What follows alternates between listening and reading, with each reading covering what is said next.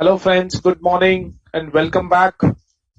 Today we have a fourth session on business combination guys. We were doing business combination NDS 103, right? In the previous classes, previous three session, we have discussed lots of queries, we have discussed lots of concept, we have done lots of examples as well, right? Even today as well, we will do lots of examples and couple of more concepts are remaining which we need to close this today. Right. So let's devote 5-10 minutes, guys, what we have read in the previous three classes. Right. I hope the canvas is clearly visible to you. Okay. So first we have read what is business combination, right? What we said, it is an acquisition of one or more of the business. Acquisition of one or more of the business, combination of one or more of the business is called business combination. Then we said, what is business? Business is the integrated set of activities. What is that? Integrated, right? One activity is related to each other. Integrated set of activities so that and it should be integrated in such a manner that the company is able to provide or the business is able to provide the goods and services, right? They are able to earn the profits. They are able to earn the interest income on the investment made. Then we talked about elements of the business. What is the element? Input should be there, process should be there, and they are capable of generating the output, right? Then we talked about substantive process. What is substantive process? That the two scenario exist. One is on the acquisition date, output does not exist, and on the acquisition date, output exists. These are the two scenarios, and we said if the output is existing, then input and process should be capable of generating or continuing that output. Or if the output is not generating, then input and output should be capable of generating the output. There should be an skilled workforce must have been acquired, or if it is not acquired, that skilled workforce exists with the acquirer. Then it will be a substantive process. Concentration test we discussed, where the fair value of the asset is concentrated to an identifiable asset, means only one asset or a group of assets, then we will say it is largely an asset acquisition, not a business combination. Correct. Then we talked about asset acquisition. What is asset acquisition? What is business combination? Asset acquisition is nothing but an acquisition of one or more or a group of assets, right? Accounting needs to be done as per Ind AS 16, right? And in case of business combination, accounting needs to be done as per Ind AS 103. Right? We have talked about 3 or 4 differences. Goodwill, under asset acquisition, we don't recognize goodwill. Under business combination, we recognize goodwill. Transaction cost, it will get capitalized, but in case of business combination, it will be charged to P&L. Contingent liability, it will not get capitalized, it will be charged to P&L, but in case of business combination, we recognize contingent liability and it will be adjusted in the value of goodwill. Fair value of assets and liabilities assumed, right? All the assets and liabilities needs to be recognized at fair value in case of business combination, but in case of asset acquisition, we capitalize all the assets as per Ind AS 16. Then we have talked about methods of business combination, purchase method and the common control method. What is purchase method? It's a third party acquisition. It's a third party transaction and it is within the group transaction. Correct. Purchase method, it's a fair value accounting. Common control, it's a book value accounting. Right? We will discuss book value in the previous classes. We have talked about purchase method or the acquisition method. Right? If I go into the detail of acquisition method, what we have read? We have read identify the acquirer. Who is the acquirer? The acquirer must be the person, must be the company who obtains control on one or more of investee. Right? What is the acquisition date? We said it is an effective date. The date on which the control has been acquired. The date on which the control has been acquired. C point is determine the purchase consideration. Right? Purchase consideration can be in many terms. One is cash, assets, liabilities incurred. Second is equity shares. Third is contingent consideration. And the fourth is deferred consideration. Right? And this all needs to be recognized at fair value. Correct? This all needs to be recognized at fair value. Then we are saying recognize assets acquired and liability assumed at fair value. All the assets and liabilities which we are acquiring in consideration, that will be recognized at fair value. Then we said there are certain exceptions. Contingent liability, Ind AS 37, right? We will recognize it in Ind AS 103. Share-based payment transaction 102. Employee liability, Ind AS 19. Income tax, Ind AS 12. Reacquired rights 103. Lease accounting 116. Assembled workforce not recognized. Right? Not recognized. And we also talked about recognition of intangible. Recognition of hidden intangibles. Right? There are hidden intangibles which needs to be recognized. For example, customer contract, brands, patent, right? Which needs to be recognized. This will adjust the value of the goodwill. Right? Then we have recognized NCI either at fair value or proportionate value. Choice is only available on the acquisition date. Then we said recognize goodwill or bargain purchase gain. Goodwill is recognized in the assets. Bargain purchase gain, if it is clearly evident why bargain purchase gain is arising, it may be a bankruptcy case that I am acquiring a company who has got bankrupt. I am acquiring a company in case of distress sale. I am acquiring a company who is supposed to be sold as per the regulatory requirement. Right? If it is clearly evident, then I will recognize in OCI and then it will get accumulated in the equity as capital reserve. If it is not clearly evident, then it will directly go in the equity as capital reserve. Right, guys? So this is what we have discussed in the previous 3 classes. Right? Let's do couple of questions and let's continue with couple of more concepts. Any queries, guys, till now?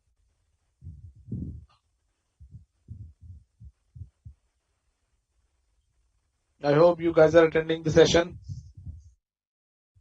Okay. Let me continue. Let's do one question first. Question number 21, page number 13.54. Right? On 1st January 2001, A Limited acquires 80% equity interest of B Limited in exchange for 15 crores. Right? So A Limited and this is B Limited on 1st January 2001, A Limited acquires 80% stake. 80% stake at rupees 15 crores. Former owner of B were required to dispose of their investment in B by a specified date and accordingly they did not have the sufficient time to find potential buyers. A qualified valuation professional hired by the management of A Limited measures the identifiable net asset acquired in accordance with Ind AS 103, right, at 20 crore rupees. So net assets fair value is equal to 20 crore rupees, right? The fair value of 20% NCI, right? So 20% is NCI.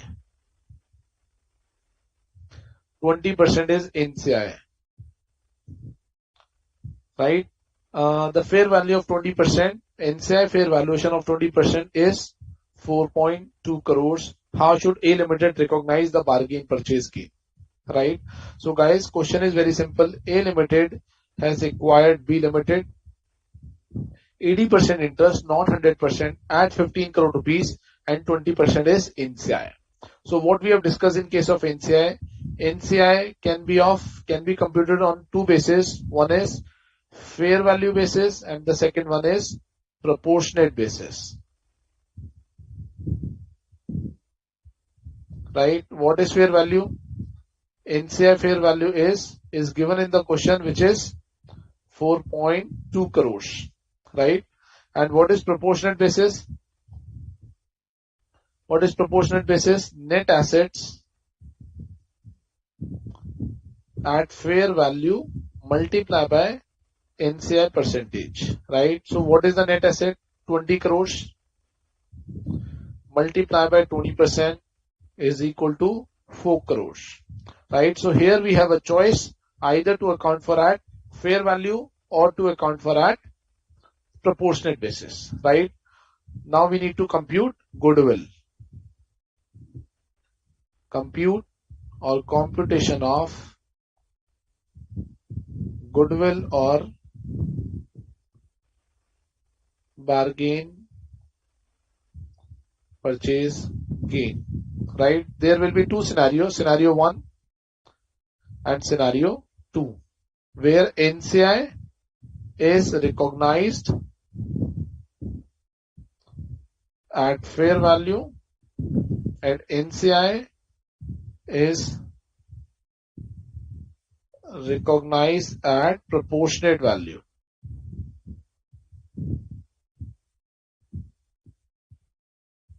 Correct? What is my purchase consideration? Purchase consideration is fixed, which is 15 crores in this example, minus net assets at fair value. What is the fair value of net assets? 20 crore rupees. It is 20 crores, right? So minus 20 crores plus NCI. So purchase consideration I paid at 80%, right? And net asset is 100% and NCI is 20%. So if you look at, we are computing at 80% goodwill or bargain purchase gain. What is NCI at fair value? NCI at fair value is 4 crores. Sorry, NCI at fair value is 4.2 crores minus 4.2 crores, and this is 4 crores.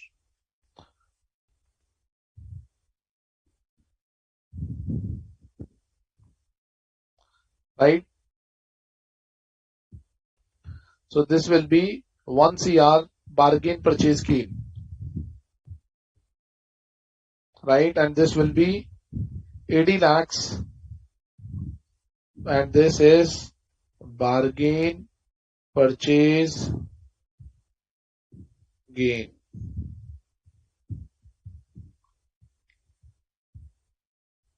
Right? If I need to do the journal entries of this, journal entries.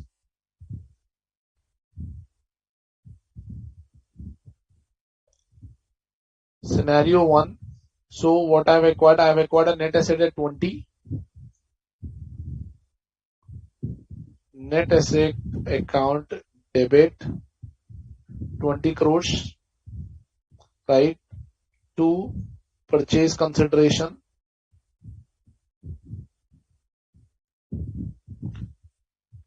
Purchase consideration is 15 crores to NCI.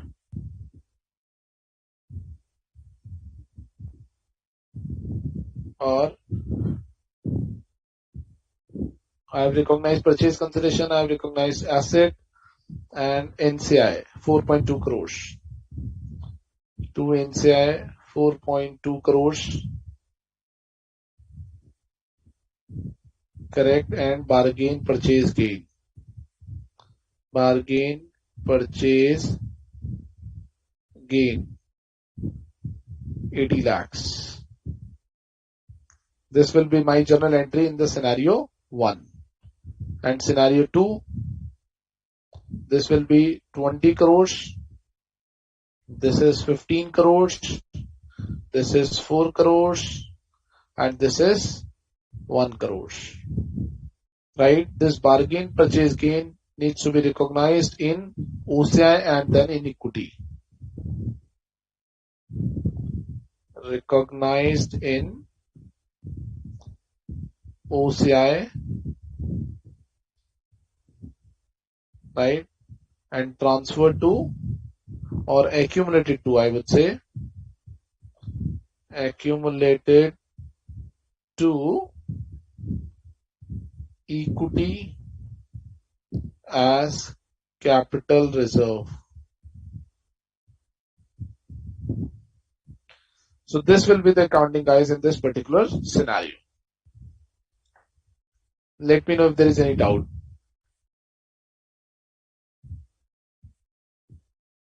Jay Srivastav has raised one point, sir. What is the significance of exception?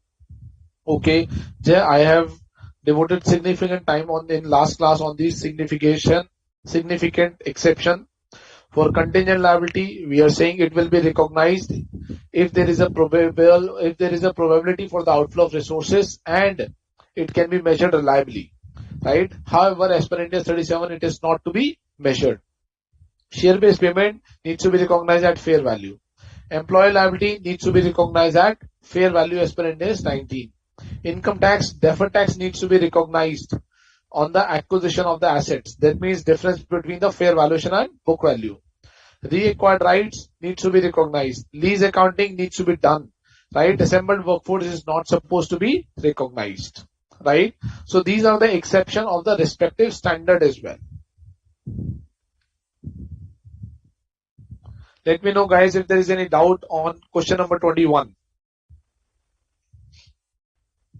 This is how it needs to be computed.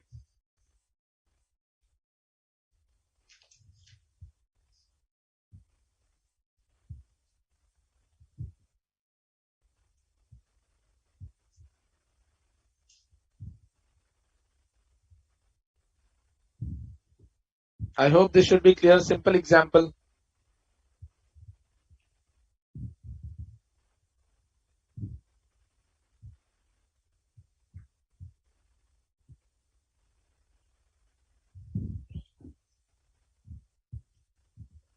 Okay, let's move to the next concept. Next concept is the measurement period.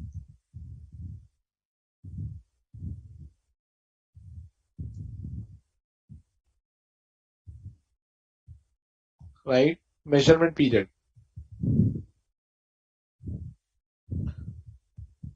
If the business combination accounting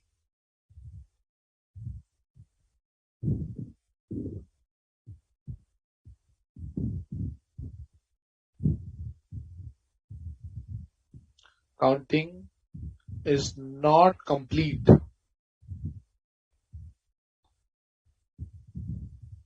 due to lack of availability of information. If the business combination accounting is not complete due to the lack of availability of information, then the company can update the business combination accounting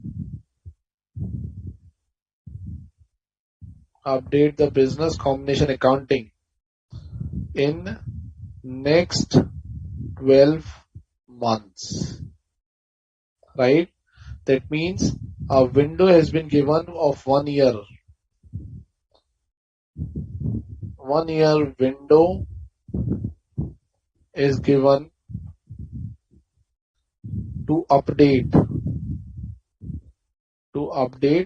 business combination accounting.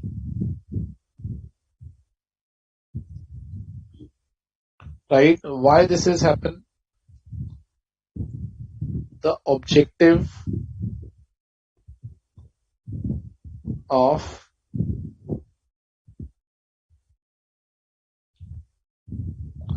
measurement period is to provide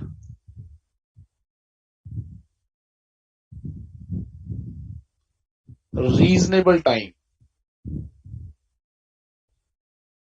to complete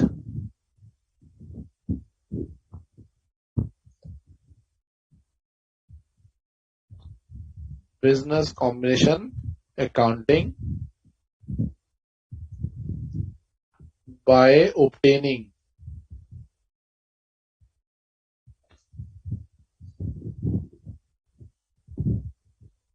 information from inquiry. right? It may possible that business combination has been done. Let me take an example. A Limited acquired B Limited, right? A Limited acquired B Limited.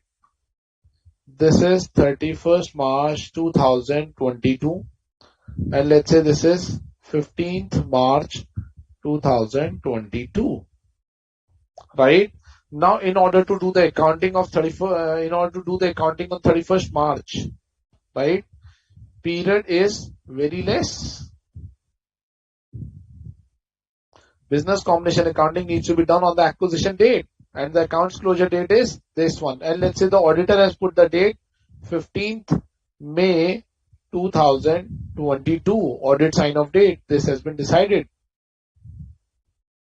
Audit sign off date, right? So generally it is not possible to complete the accounting in this particular period, right?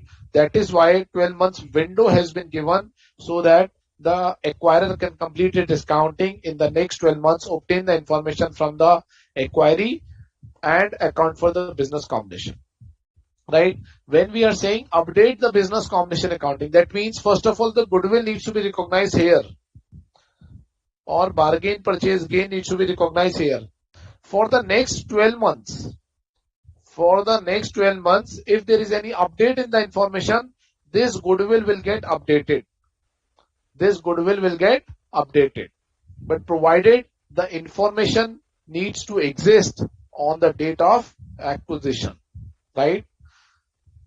So what is my third point? Third point is, once the information is available,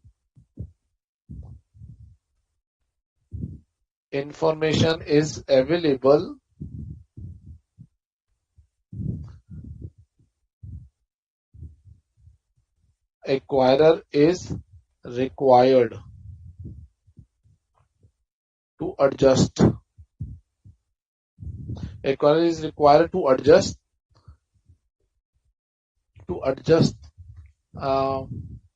the updated information.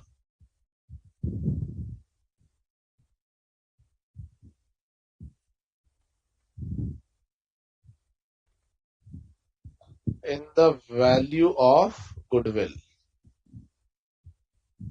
right? Provided such information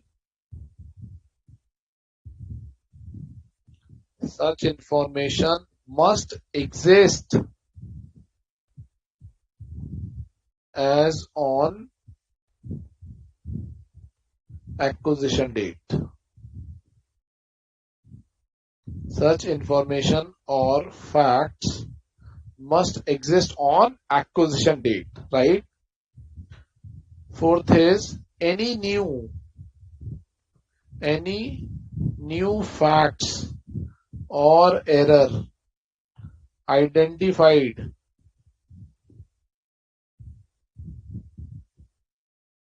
subsequent to acquisition date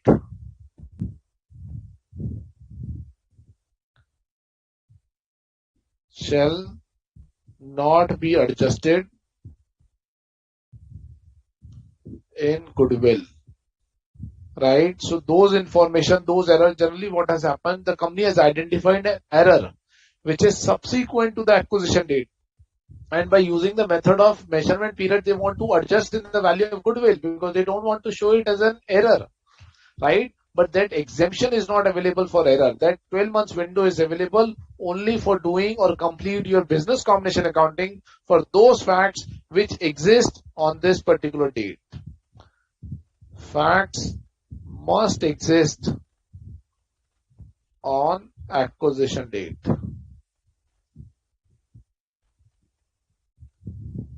Correct, guys? This is what the concept. Jay Srivastav is saying, why recognize in OCI, not in the P&L? Jay, my question is, why goodwill if it would have been a goodwill? Whether you recognize goodwill in the P&L? business combination accounting never, it's not a P&L accounting, it's a balance sheet accounting. We are acquiring an asset, we are acquiring a liability, we are paying consideration, and differential is a goodwill if there is a loss. But if there is a profit, it is not taxable, it will be recognized in the balance sheet itself through OCI. Right? If you are saying ये OCI में मत लेके जाओ, P&L में लेके जाओ, goodwill भी P&L में लेकर जाओ फिर तो, right? Which is not the case. Right, guys? I hope the concept of measurement period must be clear to you.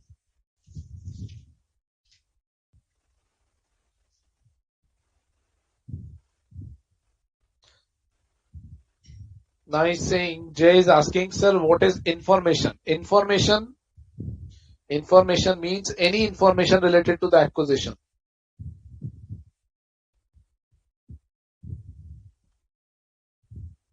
Any facts, data, documents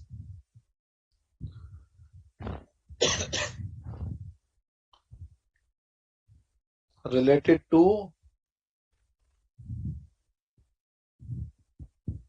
acquisition.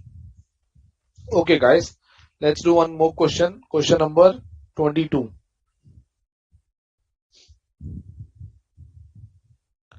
Page number 13.56. X Limited acquired 100% shareholding of Y Limited on 1st April 2001. X Limited acquired shareholding. Acquires 100% acquisition case. On which date? 1st April 2001. Correct?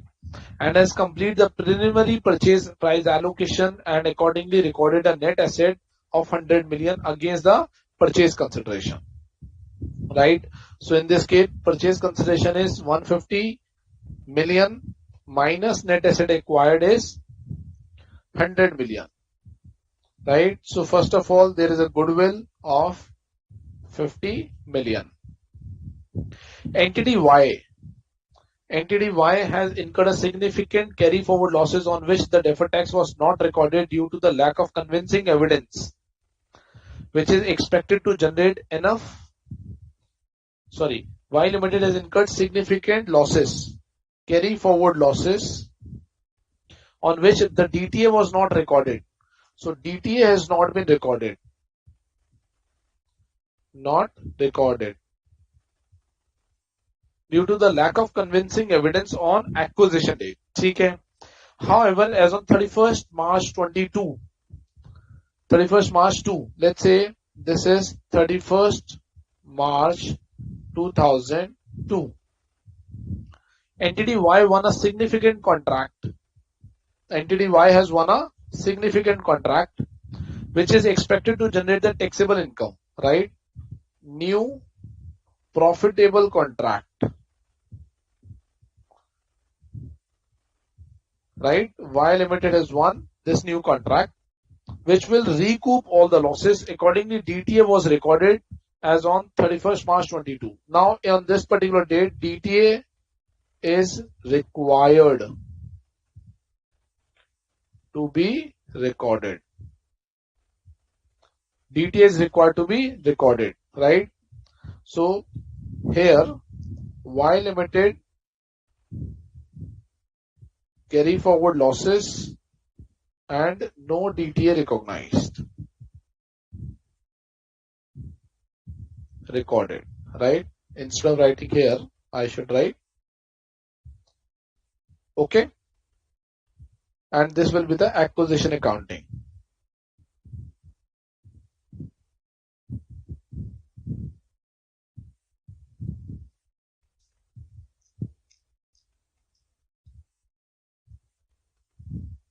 Correct, guys? Now the question is whether the aforesaid losses can be adjusted with the goodwill recorded based on the preliminary purchase price allocation. So the question is whether the aforesaid losses, so your losses hai, all these losses can be adjusted against the with the goodwill recorded based on the preliminary purchase price allocation. Now guys, can you tell me whether we can adjust subsequently? Can we recognize deferred tax? Simple question is, can we recognize this deferred tax? Is this newly profitable contract existing on the acquisition date, which is this one? No. This acquisition date is 1st April 2001, and this new contract, new facts, new information, new transaction has came up subsequent to the acquisition. So can we adjust this losses or recognize DTA in the value of goodwill by using the measurement period? Answer is no. Answer is no. Why? Significant transaction, right? Significant transaction or profitable contract. Profitable contract is a post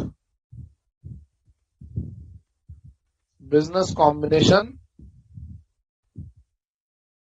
transaction. Post business combination transaction. Right? Such events does not exist on acquisition date.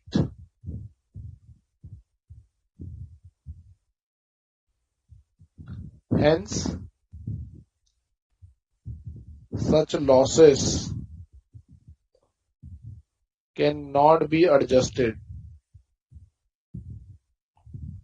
Such losses cannot be adjusted against goodwill by using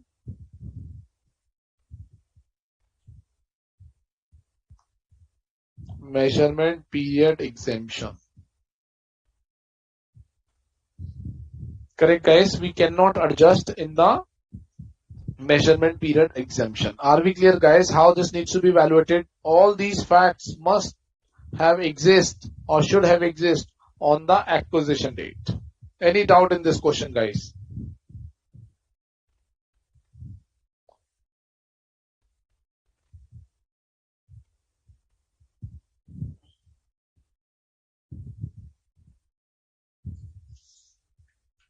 Let me know, guys, any doubt if you have.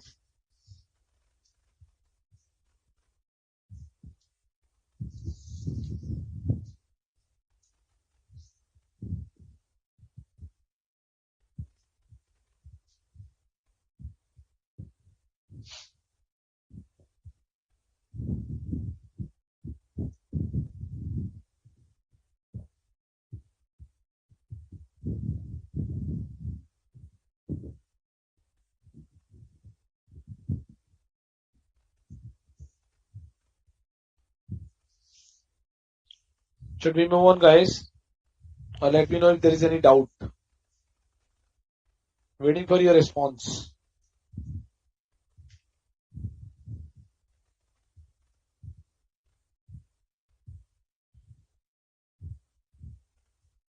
So Jay is saying, summarize this question. So Jay, I hope the question is very simple worded. Simple case, X has acquired Y Limited, 100% acquisition, purchase consideration 150 million, net asset is 100 million, right? Goodwill is 50 million, right? On this particular date, Y was having significant losses due to which they have not recorded the deferred tax asset, right? But after this acquisition, when this acquisition has been done, Y Limited has won a profitable contract as on 31st March 2002, right? Now on those carry forward losses, DTA is recognized, is supposed to be recognized, right? What is the, so DTA, if DTA this needs to be recognized, so can we adjust the value of DTA against the goodwill? Should I increase my net assets? No. Should I increase my net assets? No. Right? So this DTA will not be adjusted against goodwill. I will not revise my goodwill working. Not be adjusted against goodwill. Right? This is what the sense of the question is. Okay. Let's move on. Let's do another question. Question number 23. Page 13.57. ABC Limited acquires XYZ Limited in the business combination on 15th January 2001. So let's say this is 15th January 2001. Right? ABC acquired XYZ.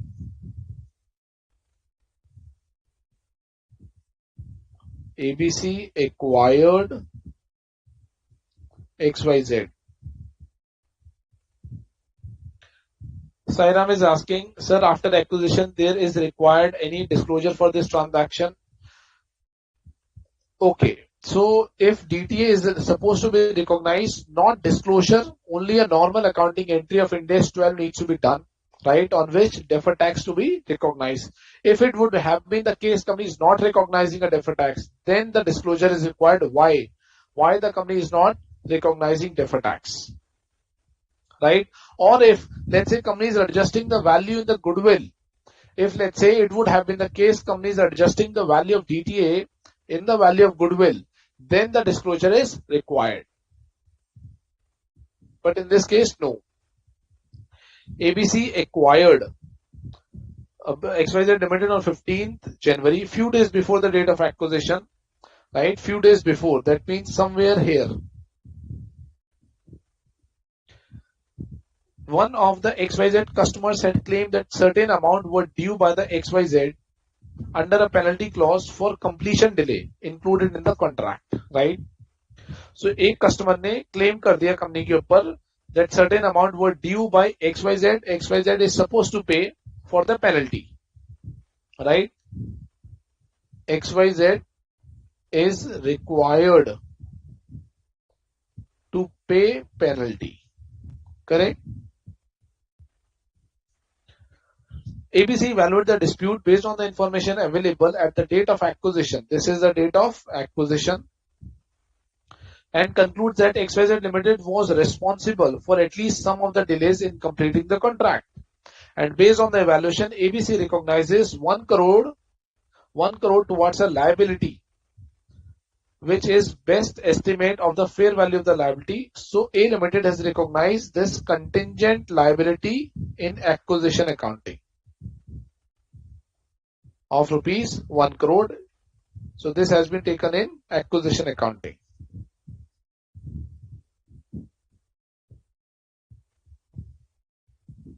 Accounted in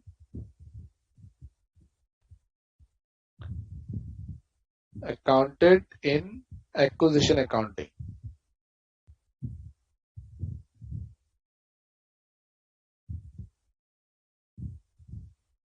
Correct? Now 1st October 2001, right? So this has been accounted, so there is no need. This is a information which was available on the date of acquisition, and this information pertains to past period. ठीक है जी, यहाँ तक there is no problem. On 1st October 2001, within the measurement period, right? What is the measurement period? The window is for 12 months. Window is for 12 months period. Correct? The customer presents additional information as per which ABC concludes that the fair value of the liability on the date of acquisition is 2 crores. Customer, ये वही customer है who has raised the query in the past, who has filed. Customer present additional information. So there is additional information, right? Due to which the fair value of the liability, the fair value of contingent liability should be 2 crores and not 1 crore. Correct? ABC Limited continues to receive and evaluate the information related to the claim after 1st October 2001. Its evaluations does not change till February 2002. That means after the measurement period. Measurement periods end, let's say February 2002. Let's say this is February 02. This is the measurement period window, right? After the measurement period, when it concludes that the fair value of the liability of the claim at the date of acquisition is 1.9 crores, right? So यहाँ पर additional facts और आए, continues to receive the information related to the claim. Its evaluation does not change till February 22, right? So here itself we were saying the fair value of contingent liability is equal to 2 crores, right? After the measurement period, it concludes that the fair value of the liability, fair value of contingent liability is equal to 1.9 crores after February 22. ABC Limited determines that the amount would be recognized with respect to the claim under Ind AS 37 is 2.2 crores. ABC Limited determines that the amount that would be recognized with respect to the claim under Ind AS 37 as at February 22 is 2.2 crores, right? So as per Ind AS 37,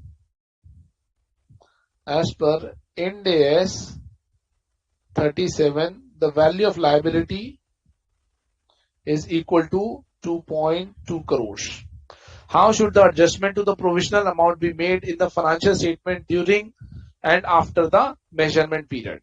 Guys, first of all, have you understood the question? What the question is saying? ABC Limited has acquired XYZ Limited, right? This is the acquisition date, right? Now there was a suit has been filed by the customer prior to the acquisition date, and ABC is required to pay certain penalty. And on the acquisition date, ABC evaluated whether it is actually a delay or not, and they found that there is a delay and the contingent liability should have been recognized at an amount of rupees 1 crores and done. And ABC Limited done the business combination accounting on this date. Right? ABC Limited has carried out the business combination accounting on this date. Correct? Now, what is the measurement period? Measurement period is 12 months after the acquisition date, that if any new information is available, but it is existing on the acquisition date, we will adjust the value of goodwill. But that period is only 12 months. Right? Now, what the question is saying, on 1st October, some additional information has also come up, right? Basis which the fair value of this contingent liability has moved to 2 crore rupees, right? Then we are saying on February 2002, this assessment has not changed the value of the liability. This has continued. But the Ind AS 37 value comes out to be 2.2 crores as at February. And subsequently what has happened, the customer has also provided certain more information which was existing as on the date of acquisition, due to which the fair value of the liability has been reached to 1.9 crores.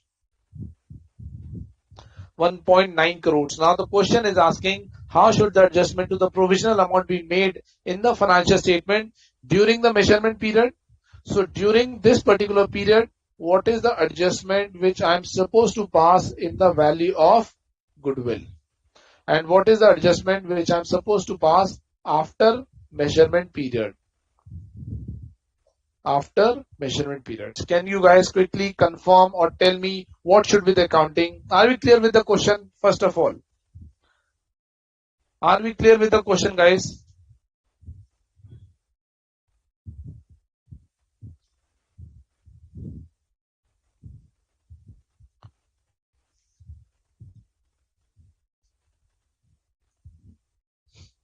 Are we clear with the question? Yes or no at least? It's a comprehensive question, guys. First, let me know, are we clear with the question?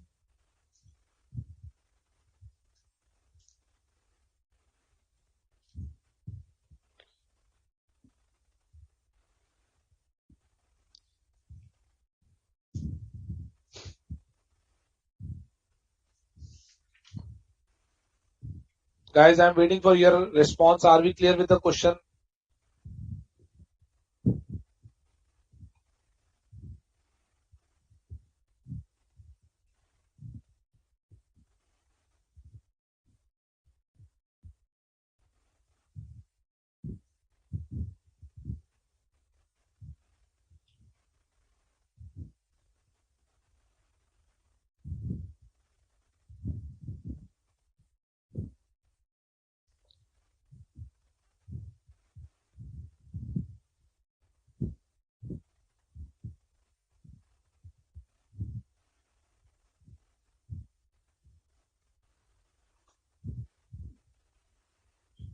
So Jay is saying, I am not clear with the last para. So last paragraph is only saying, Jay, first of all, this evaluation continues till 28th February, 28th February 02, right? 28th February 02, and there is no change in the evaluation, right? And then finally, after the measurement period, the value has decreased to 1.9 crores. Value has decreased to 1.9 crores.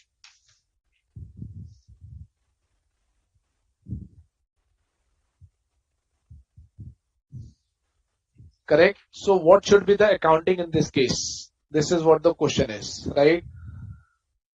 So what we need to do?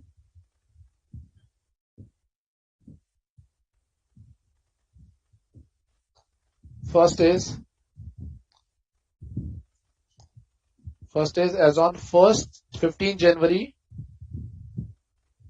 01, contingent liability is equal to 1 crores, right? To be considered as a part of business combination accounting.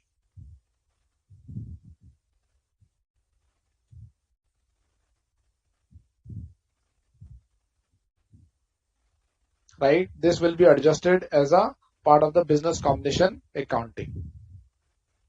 Right? Now what has happened? This we have discussed. Now the second date is 1st October 2001. Second point is 1st October 2001. Now this liability has been reached to 2 crores. That means additional 1 crore as compared to 15 January. Additional 1 crore as compared to 15th January 01. Right? Facts exist as on acquisition date.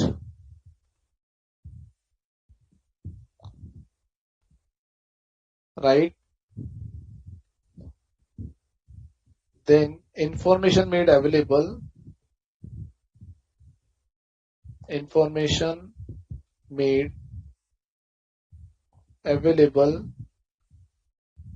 during the measurement period.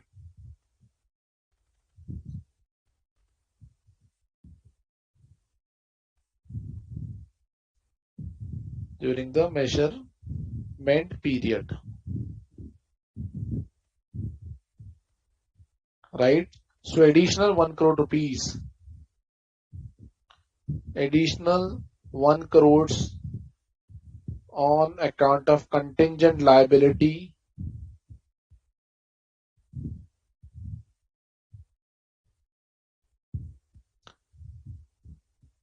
shall be adjusted in business combination accounting. That means goodwill to be adjusted.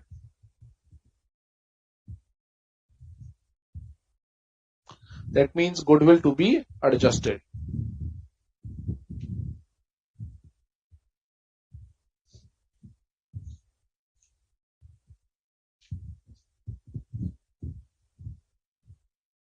Correct?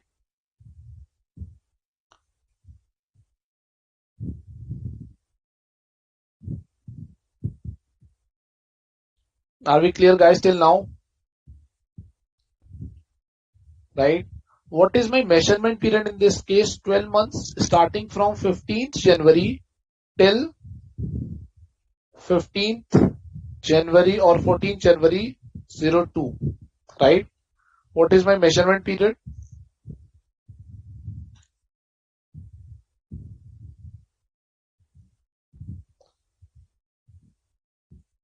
Measurement period is 15th January 01 to 14th January 02. Right? So any new information which will come up after 14th January, that will not be adjusted in the value of goodwill.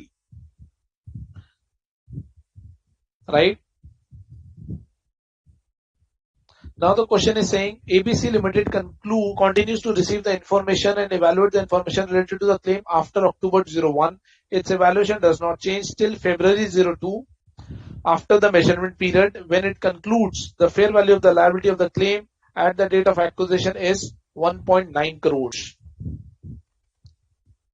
Correct. ABC Limited determined that the amount that would be recognized with respect to the claim under Ind AS 37 provision as at February 2002 is 2.2 crores. So what is happening here is, this is 15th January, then we have October 15th, 1st October 01, right? Then we have 15th or 14th January 02, then we have February 02, right? This is my measurement period, 12 months measurement period.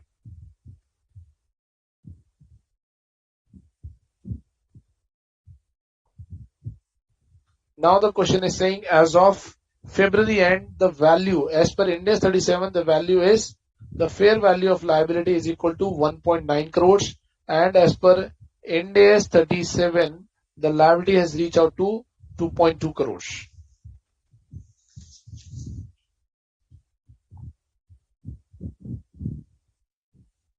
Right? So guys, now the point is, this is the period which is after the measurement periods. Right? Till that period, during this period, we have made an adjustment in the value of goodwill. Now the question is, what should we do with this new information? Now guys, tell me what we should do in this new information.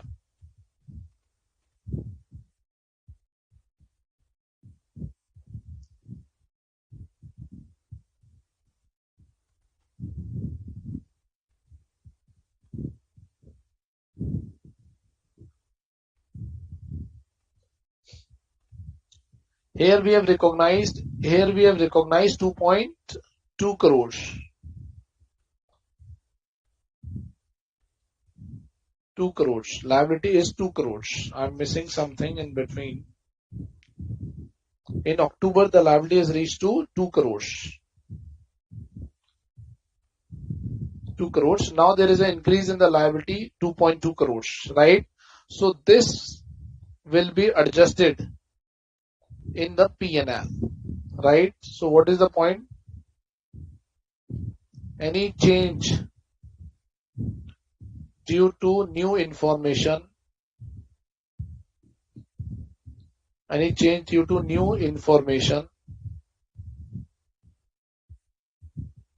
after measurement period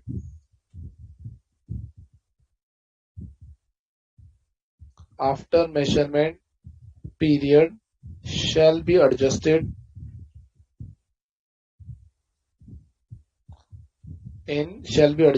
in P&L and not in goodwill, right? So contingent liability as per Ind AS 37, it is 2.2 crores minus fair value of liability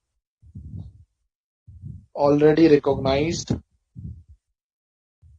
is equivalent to 2 crore rupees, right? And differential 20 lakh rupees needs to be charged in P&L.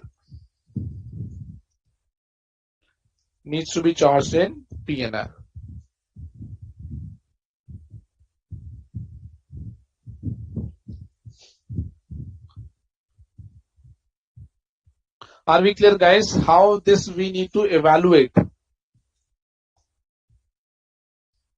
So any transaction within the measurement period, any new information within the measurement period needs to be adjusted in goodwill, as we have done in this particular scenario, right? So this increase will be recognized in goodwill, right? But this increase is not adjusted in the goodwill because this is after the measurement period. This will be adjusted in P&L. I hope guys we are clear on this part.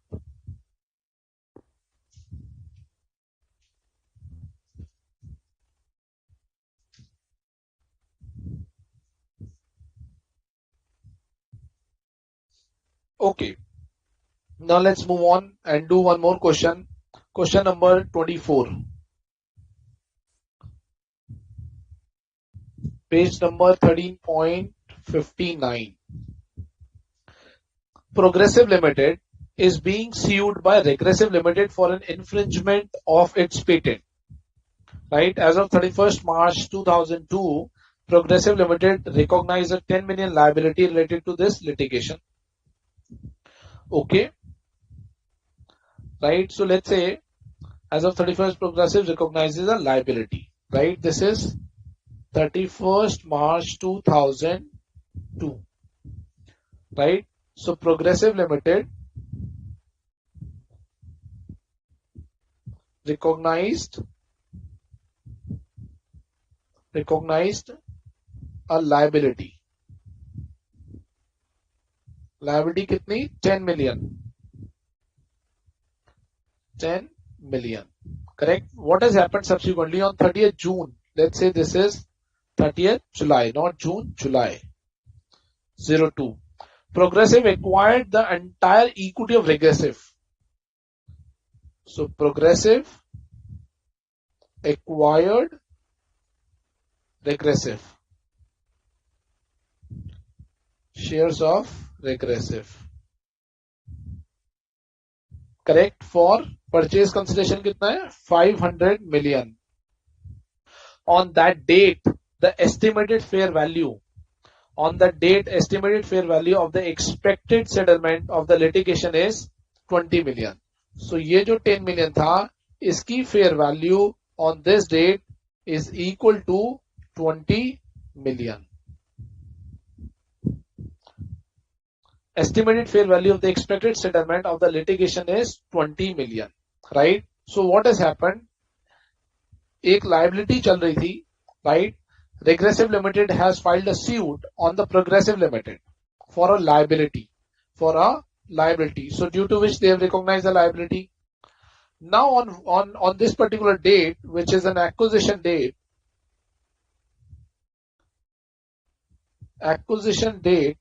Progressive Limited acquired 100% shares of Regressive Limited at 500 million. Right? That means once the deal has been over, at the time of acquisition, this liability must have been settled. That means finally they are saying that I am purchasing you. I have booked the liability already in my books of accounts on the suit made by you, and now I am acquiring you. I will pay you 500 million INR in all settlement. Right? So the question here is the question should ask here, which is not written. So what is the question should be here? The question is, what is purchase consideration? What is purchase consideration? Right? So what is purchase consideration? In this case, my PC is 500, correct? 500 million. But actually this has been adjusted after this 20 million fair value. Right? After this 20 million fair value. That means I will purchase you at 500 and I will pay you 20 million, which is already included in the purchase price. So this is actually divided into two parts. One is 20 million, right? And second one is 480 million. I'm paying you 480 million for the acquisition of the business, and I'm paying you 20 million on account of the liability, the suit which you have filed on me, right? So this is what the payment for acquisition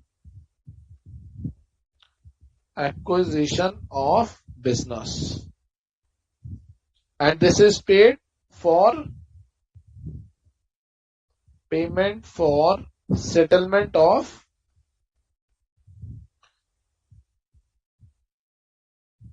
pre-business combination liability. Business combination होने से पहले की एक liability थी, which is I am settling on the date of acquisition by transferring the purchase consideration, right? So my purchase consideration will be is 480, right? And this will be a discharge of old liability, right? So if I need to compute goodwill computation in this case, so what should I do? Purchase consideration is 480 million minus net asset acquired at fair value, which is not given here, right? This is my goodwill or bargain purchase gain, right? And what is this entry? Journal entry.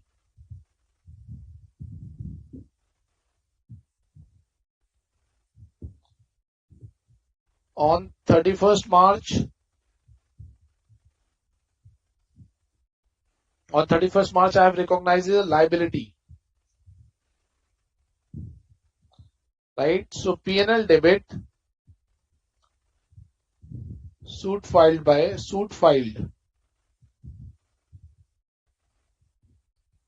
debit 10 million to provision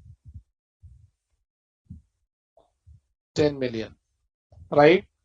On which date? Acquisition date is 30th July. On 30th July,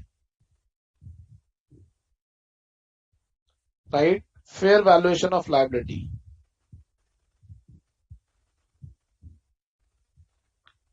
This is A, this is B. What is the entry? P&L debit to provision 10 million, and C is payment entry.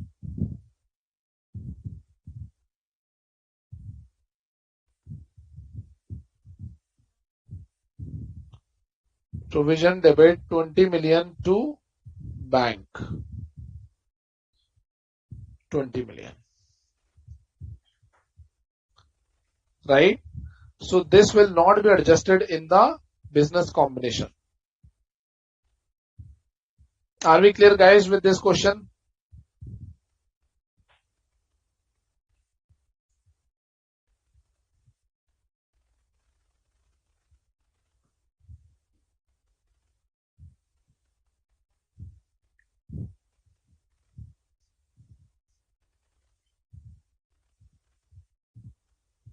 Right? So this is nothing but this is a new concept, guys. This is nothing but is called pre-existing relationship. Pre-existing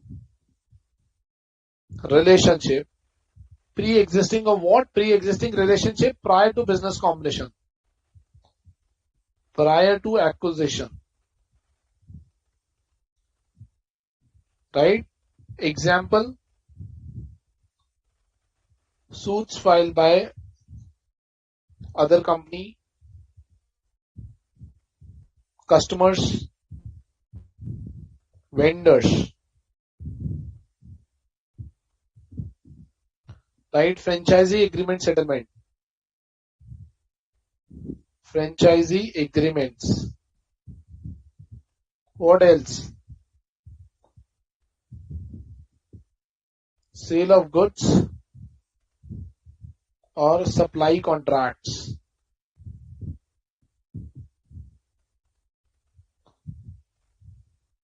Other contracts, right?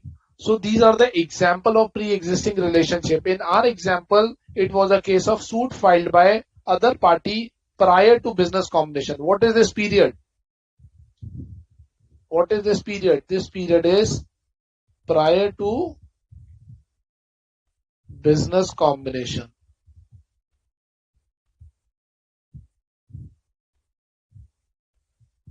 Correct? So what is the accounting guidance? Accounting guidance is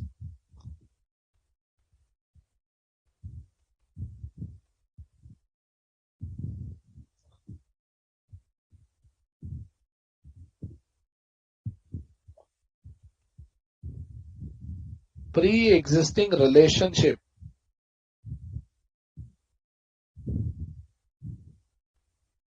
shall not form part of business combination accounting. When I'm saying business combination accounting, it means goodwill accounting, right? That means goodwill accounting.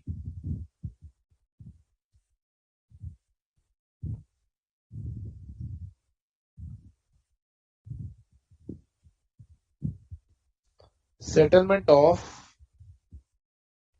pre-existing relationship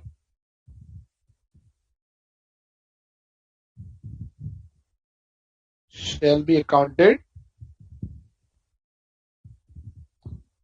in P&L.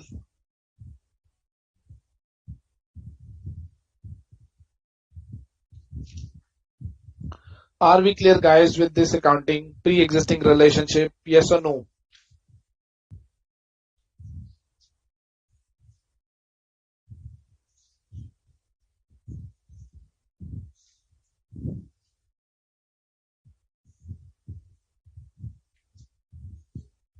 Quickly, guys, yes or no? Are we clear?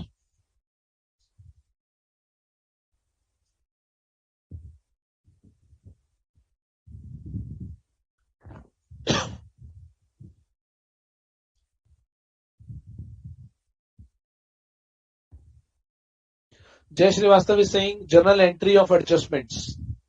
I think he's talking about the previous question. Journal entry, we need to recognize an expense, P&L debit to provision 20 lakhs, right?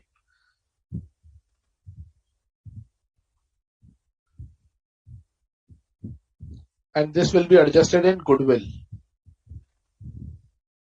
right? When you compute business combination, this will adjusted in goodwill, but for increase this, it will be the journal entries.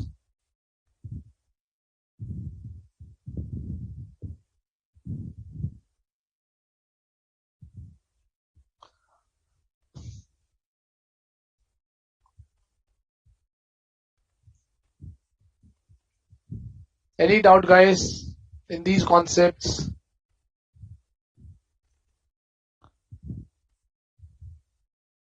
Are we clear? Yes or no, guys? I'm not getting a response. Are we clear?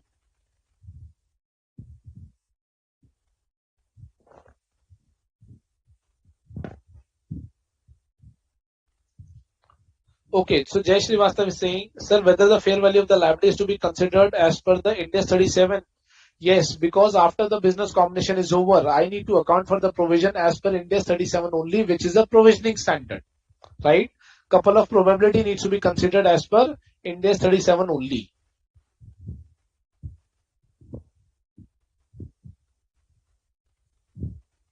Correct? Should we move on, guys? Okay. Let me take one more example. Question number 25, page number 13.62. KKV Limited acquires 100% interest in Viva Limited. So KKV acquires 100% in Viva. Correct? A company owned by the single shareholder who is also the KMP of the company. Right? So Viva Limited, so this has been acquired from KMP. Acquired from Mr. A, let's say. Mr. A. Acquired from A. Right? And A is also a KMP in Viva. Correct? And this has been acquired at a cash payment of 20 million USD. Right? And a contingent payment of contingent payment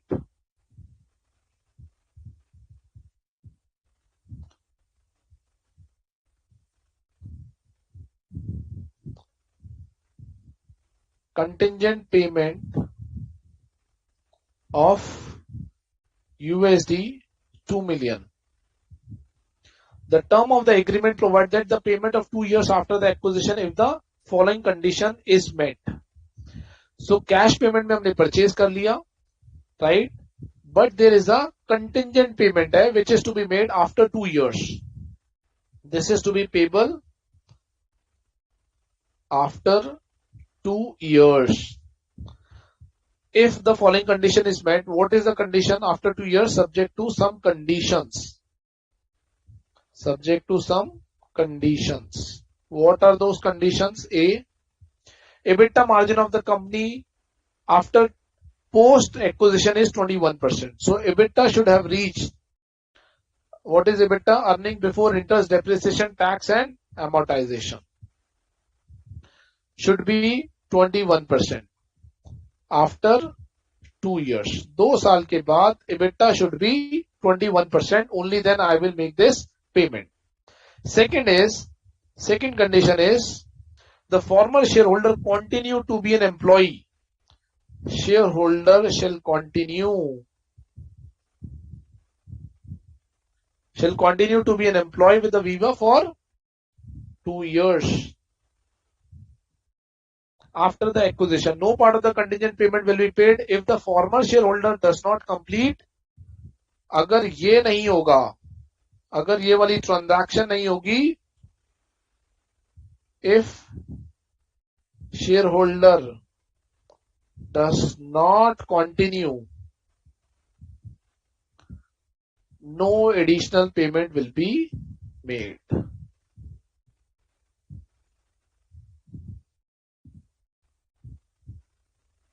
Correct? What is the question? Actually, within the question, real question has not been given. But anyways, so what is the question here is, KKV has acquired 100% stake in Viva, right? Mr. A is a shareholder or owner of the Viva and he is also the KMP in the company, right? This acquisition has been made at USD $20 million, right? There is a contingent payment. Contingent payment is also needs to be made. So purchase consideration is of 2 types. One is contingent, one is actual payment of cash or bank, right? What is contingent? That after 2 years, EBITDA must have reached to 21%. And it is written, shareholder shall continue. The KMP shall continue, but it is also written, if the KMP will not continue, then this amount will be forfeited. This amount will not be repaid. That means, what is the main condition? Shareholder or the KMP has to continue. That means the total amount paid is cash payment is equal to USD 20 million. Cash payment is equal to USD 20 million. And guys, please consider this cash as equivalent to bank, right? Don't treat it as a cash. So this is my purchase consideration. Second is contingent payment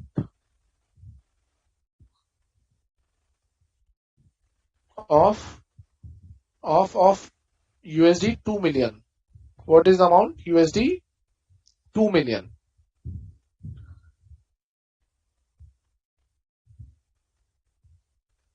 Right?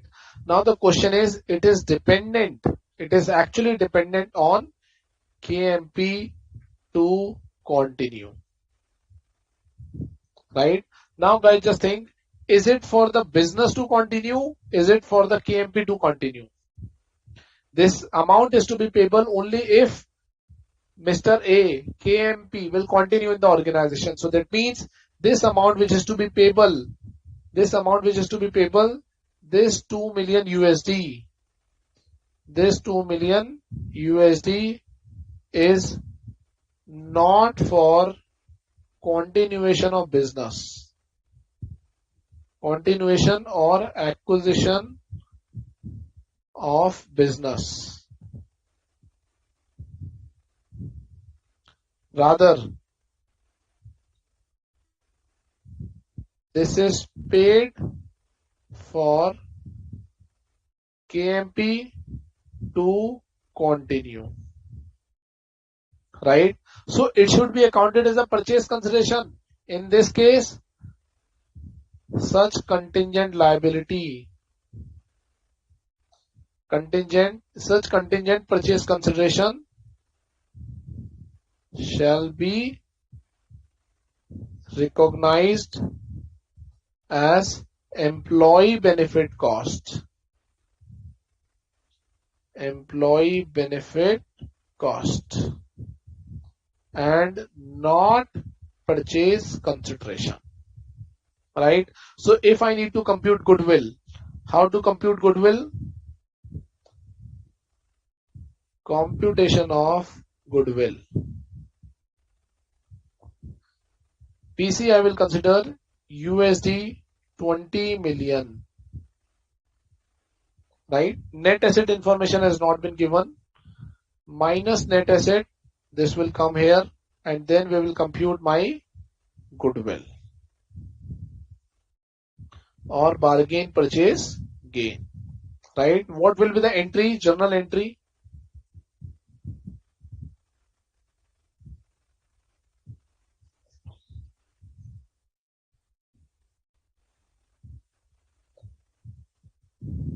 Employee benefit expense, account debit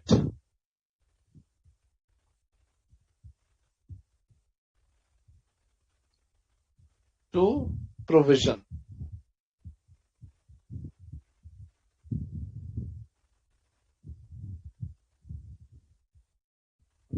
right? And this provision will be subsequent accounting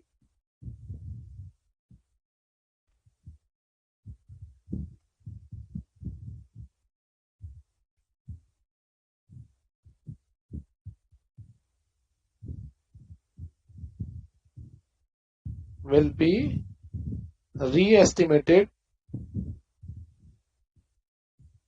on each reporting date as per Ind AS 37.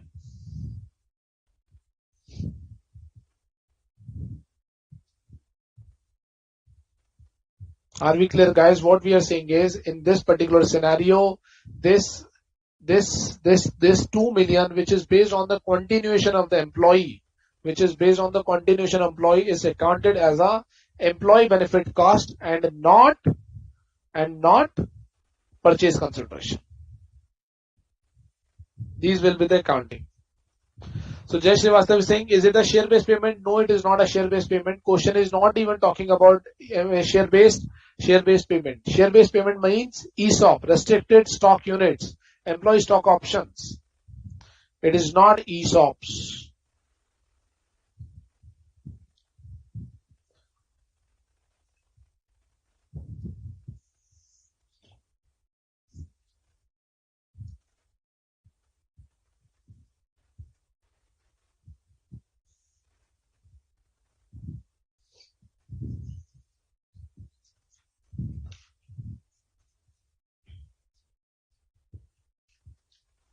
Okay guys, let's do one more question on ESOP.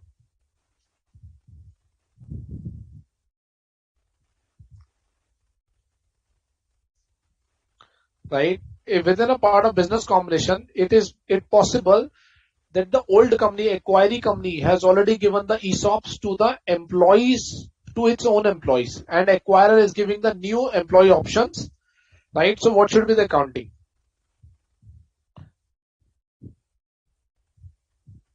Sorry.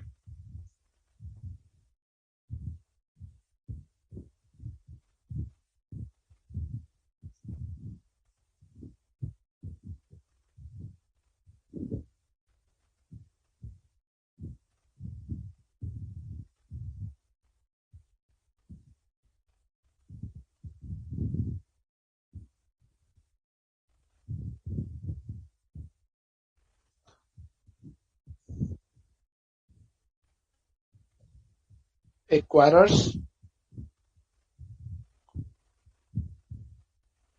share-based payments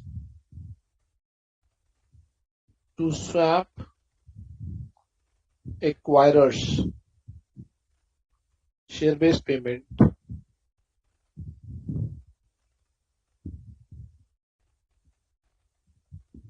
to its employees.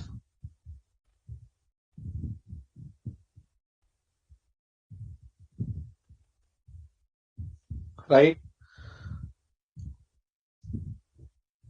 Right. So what we are saying, let's say A Limited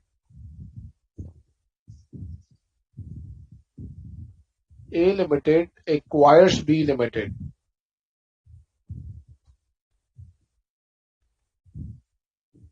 Acquires B Limited. Correct? Now B Limited has already given ESOPs to employees. Right? And as a part of purchase consideration, right, A Limited will give its own ESOPs to employees of B Limited. Correct? A Limited will give its own ESOPs to the employees of B Limited.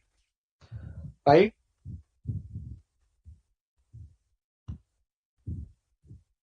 B Limited ESOPs will get cancelled. Right? Now what is the accounting treatment? This is a transaction. This is how it operates. What is the accounting treatment?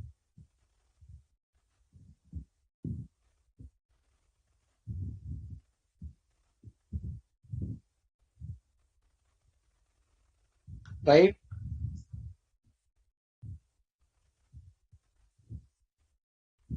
ESOPs. This will be first of all divided into two parts. Pre-business combination,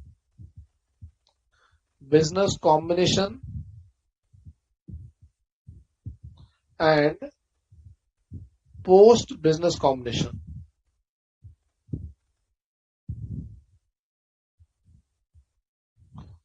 Pre-combination and the post-business combination.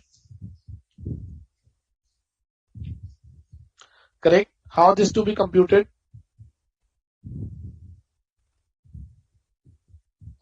Market value or the fair value of ESOPs divided by total period multiplied by the vested period. Correct? And what is the business combination? How it is to be computed? Market value of new ESOPs. Market value of new ESOPs. Right? Market value of new ESOPs minus pre-business combination value. Right? This will be adjusted. This will be considered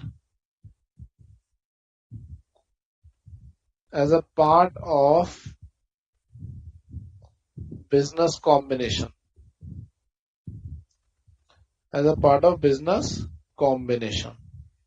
And this will be adjusted in P&L. Correct? This will be adjusted in P&L.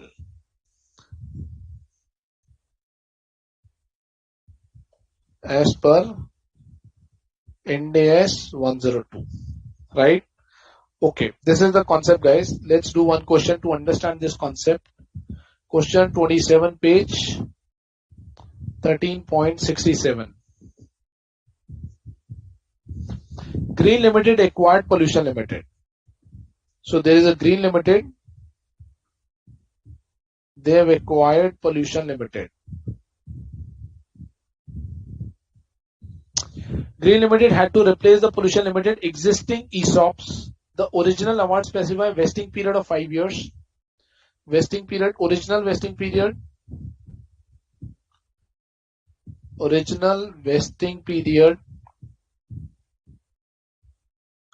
is equal to 5 years. Pollution Limited employees have already rendered 2 years of services, right? 2 years rendered, right? So this is vested period,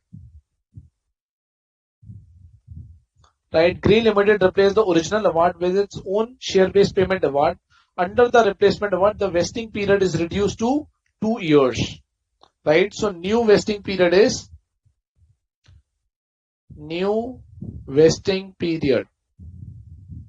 equal to 2 years, right? That means from 5 years it has been reduced to 2 years, right?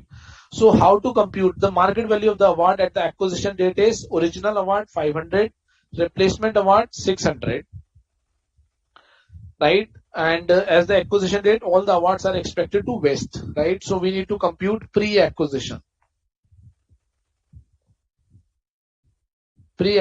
value, right? My value is 500 divided by value of acquiree award or value of acquiree award divided by total value multiply by vested period, right?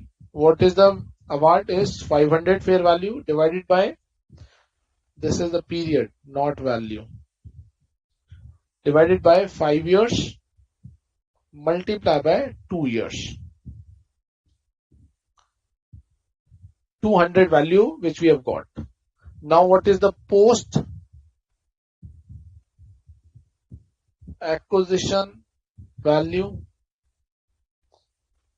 Market value of acquirer minus pre-business combination value. Combination value. So market value is 600 minus 200 is equal to 400, right? And this, the vesting period is 2 years. Vesting period is 2 years. This will be recognized as expense. This will be charged to P&L over 2 years, right? In the previous I should write acquires ESOP, market value of acquirer, acquiree award and market value of acquiree award acquirer, correct? This will be the accounting, guys. This 200 will be included in purchase consideration,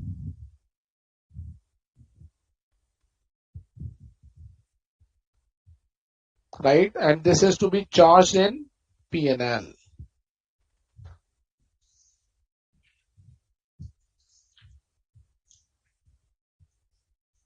Are we clear, guys?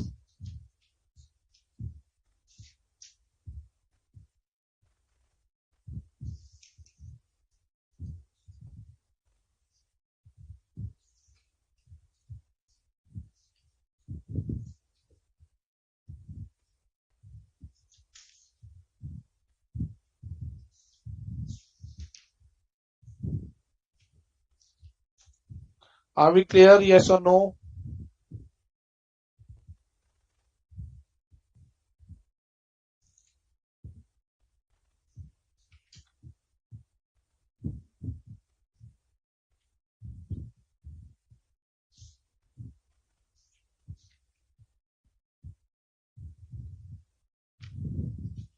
Okay, let's do one more question on NCI, guys. We have talked about NCI, right? Let's do, I hope this must be clear to you guys.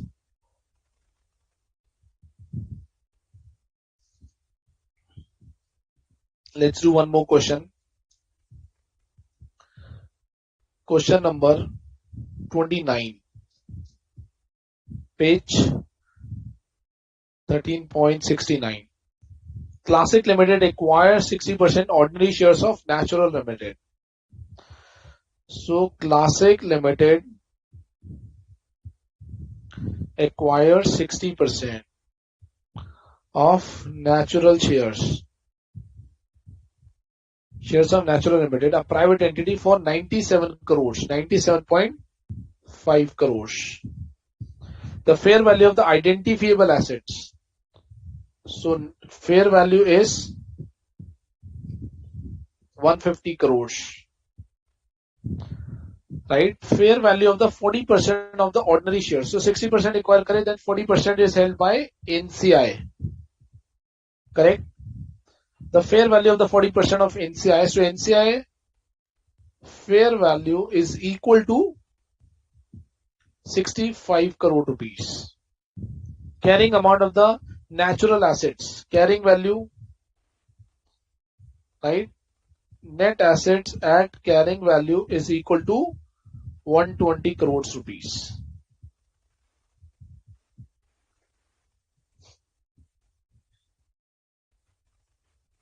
Correct? How will the NCI be measured? Correct, guys? So the question is, Classic Limited acquired 60% stake in Natural. NCI is holding 40%. The fair value of NCI is 65 crores. Right? Purchase consideration is this one. Net assets of this company, Natural, net asset of this company at fair value is this one. Carrying value is this one. Right? So compute NCI or compute goodwill. So NCI is holding 40%, right? We said on the date of acquisition, two options, fair value and proportionate value.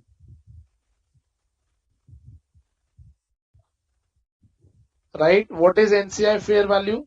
It is given in the question. It is 65 crores. What is NCI proportionate value? How to be computed? Fair value of net assets acquired multiply by NCI percentage. Right? What is the fair value?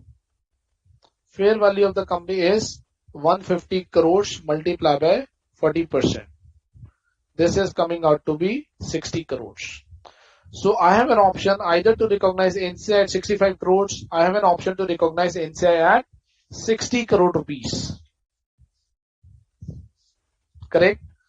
So this is the option I am having, option 1 or option 2. Right? If I need to compute goodwill, let me compute goodwill here.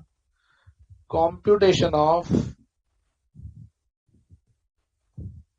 goodwill or bargain purchase gain. Scenario 1, fair value, and scenario 2, proportionate. Correct? What is my PC? PC is given 97.5 crores.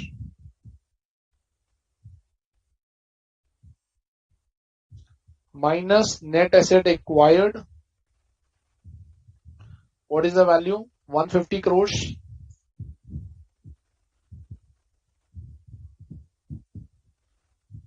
Right? People may ask, sir, we are paying 60%. We are paying 97.5 crores at 60%. Right? But we are taking this at 100%. No worries. That is why we are adding NCI. NCI is what? NCI is what? 65 crores fair value. And this is 65, this is 60 crores, not 65, 60 crores.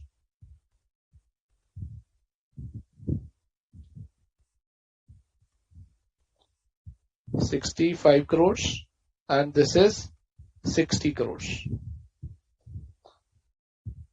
right? This comes back 40%. This is 60%, and this will come out to be only 60%, right? This is 12.5 crores and this is 7.5 crores goodwill, right? If I need to create a journal entry,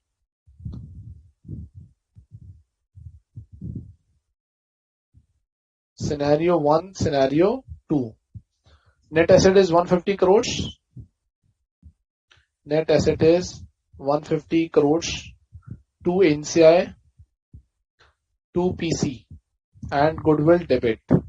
What is it? What is net asset is 150 crores, right? PC is 97.5 crores,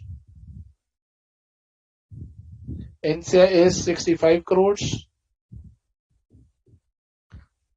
right? And goodwill is 12.5 crores. In this case, it is 150 crores, goodwill is 7.5 crores, NCI is 60 crores, correct? 60 crores, and the PC is 97.5 crores. Correct, guys? This will be the journal entries in this particular case. This is debit, and this is credit.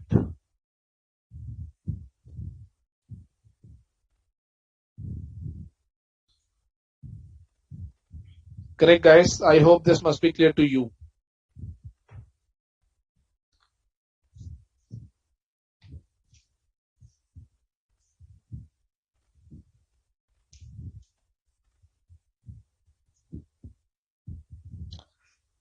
Okay, guys, let's take a break. Let's come back in next 15 minutes and let me know if you guys have any doubt. Otherwise, we will move to common control transaction, right? Okay, let's take a break for 15 minutes.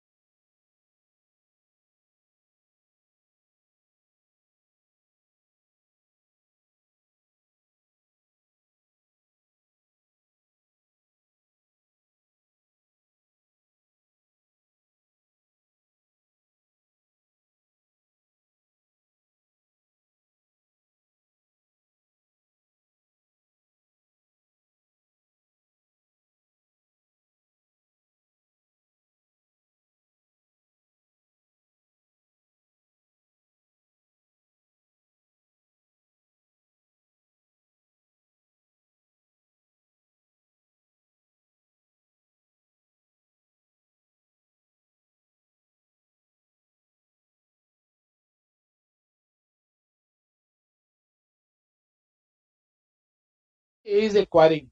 But ultimately what is happening? Ultimately what is happening? B Limited has acquired everything because A Limited gets merged into B Limited.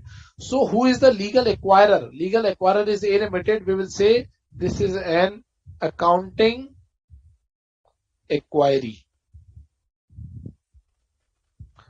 A Limited is accounting acquiry. And who is a legal acquiry? It's B Limited. But for accounting aspect, we will treat B Limited is accounting acquirer.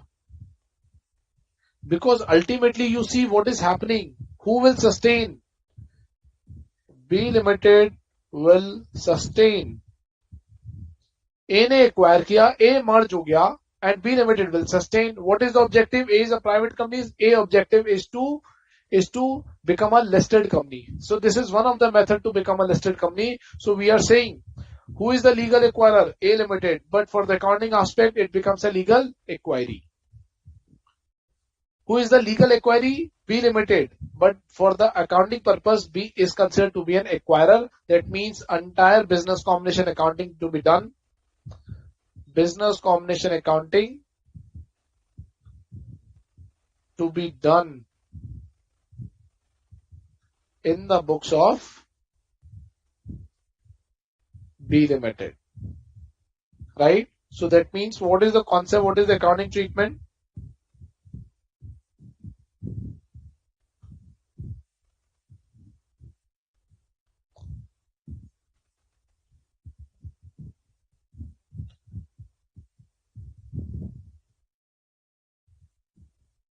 Legal acquiry will be considered as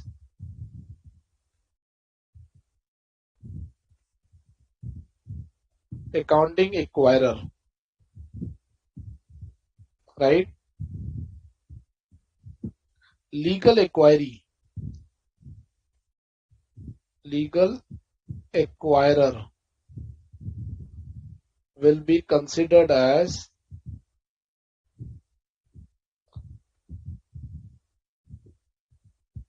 accounting acquiry. Correct?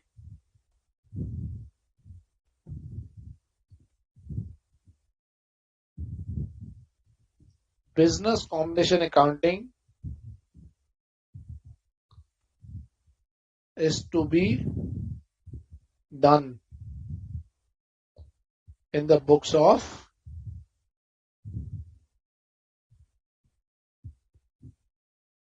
accounting acquirer. Correct?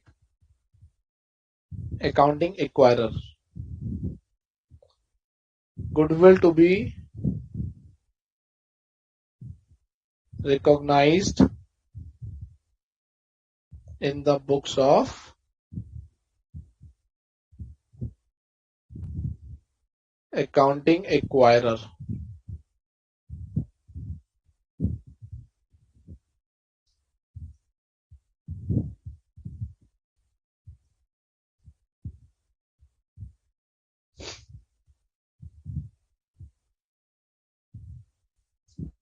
So what we are saying, one person is saying, Saram is saying, please repeat the concept. Jay is saying opposite. Why? Jay, try to understand the concept first, right? What we are saying, there are two companies, A Limited and B Limited. B is a listed company. A wants to become a listed company, right?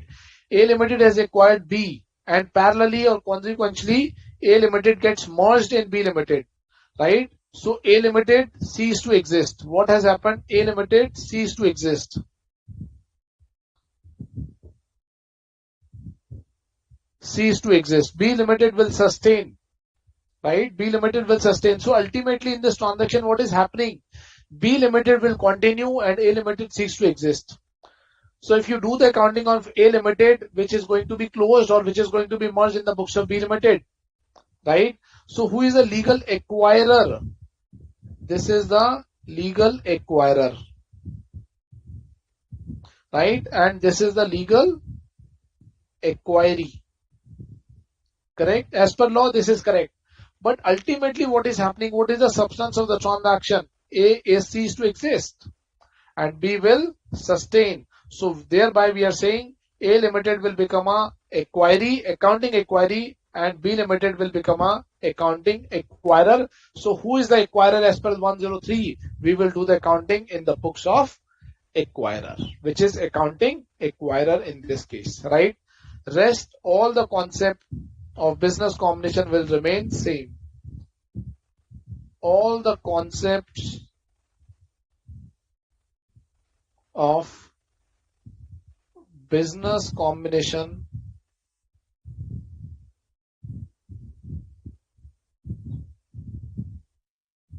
will remain same. Small concept. The only point is we need to apply the business combination accounting in the books of accounting acquirer and not accounting acquiree. Okay guys, next concept is step acquisition. We have left these two concepts earlier, right? Once the acquisition method is closed or done, then it's a right way or it's a right time to discuss these points. What is a step acquisition? A Limited, right? Let's say this is 1st January 2022, right? A Limited acquires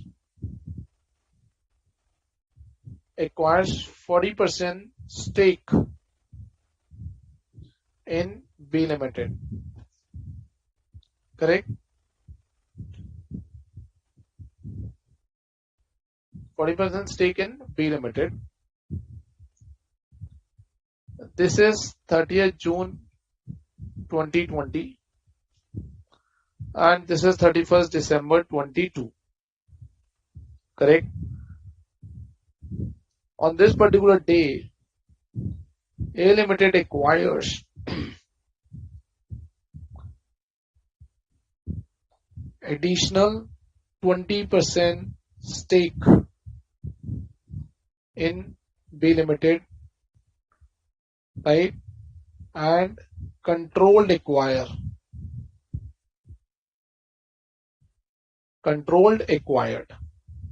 right? So in this particular case, we will do equity accounting.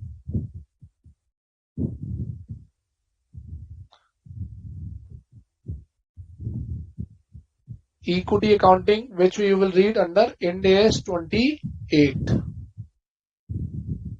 Correct? But what will happen when this control has been acquired, this period? Right? Here 40% plus 20% is equal to 60%. This is a control period. So 30th June, company has acquired 20%, so the closing number has been reached to 60%, right? So first of all, business combination accounting needs to be done.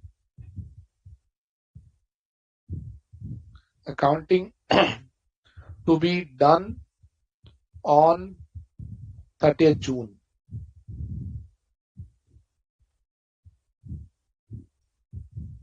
That means date of control.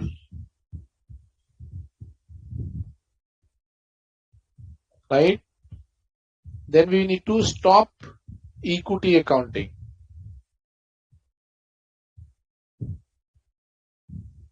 Right? And we need to fair value of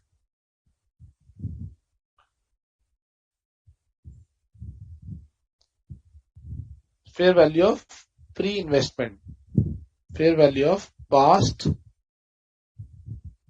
investments, that means 40%. And fourth point is compute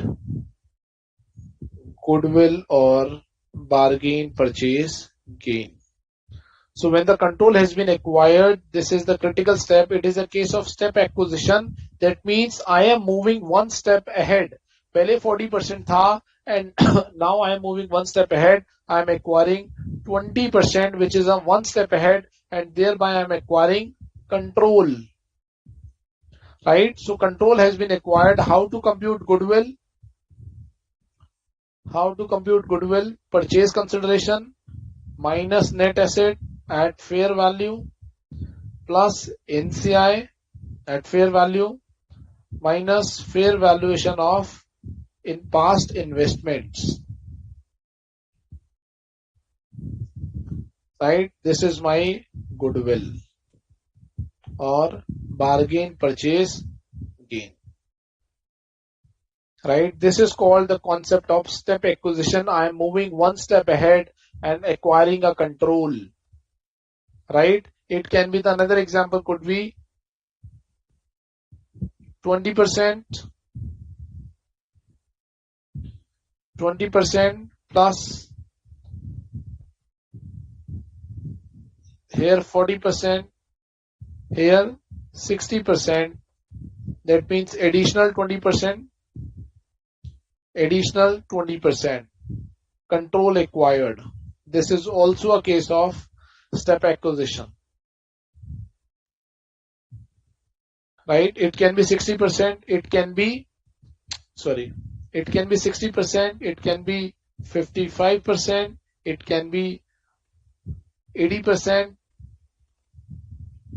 and so on. It can be 100%. This is the case of step acquisition.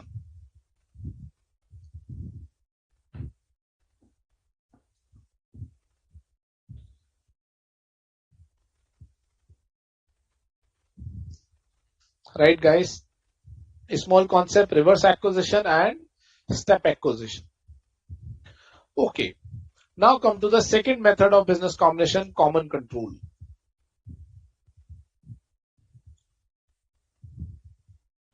Second method of business combination,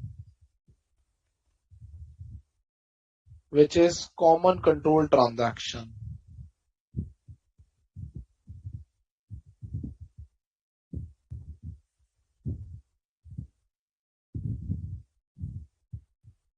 Right?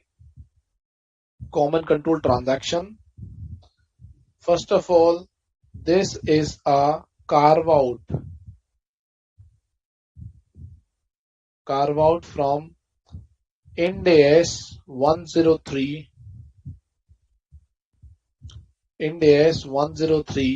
versus IFRS 3, right? I will write CCT, common control transaction. Common control transaction guidance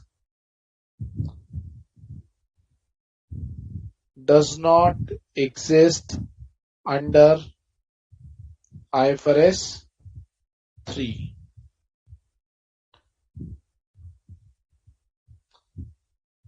Ind AS 103 provides additional guidance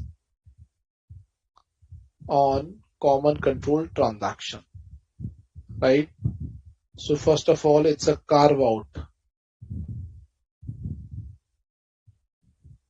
Ind AS 103 versus IFRS 3, right? It's a carve out. Okay.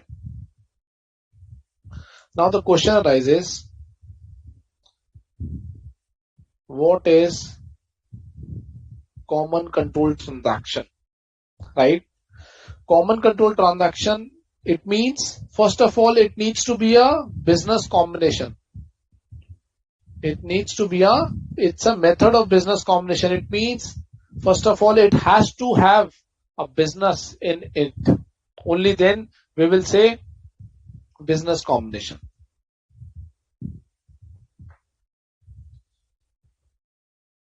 Jay is asking why we are reducing the value of investment. Jay, just think about it. I am acquiring an asset, I am acquiring a liability. Asset debit, liability credit, purchase consideration credit, goodwill debit, right?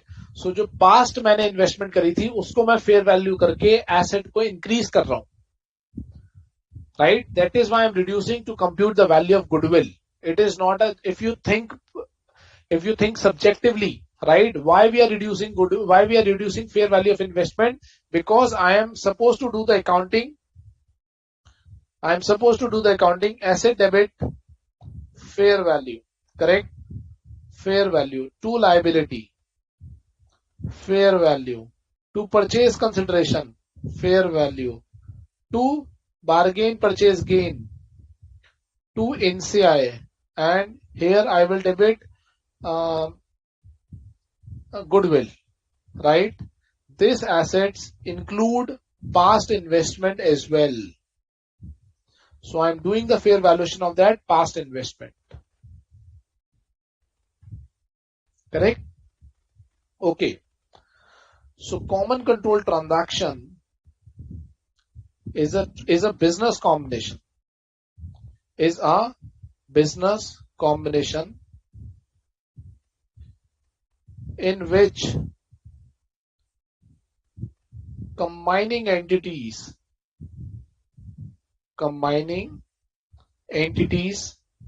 or businesses shall be under common control, right? The control shall not be transitory. The control shall not be transitory. Transitory नहीं होना चाहिए control, right? For example, the transaction. For example, transfer of business or businesses. Transfer of business or businesses from one subsidiary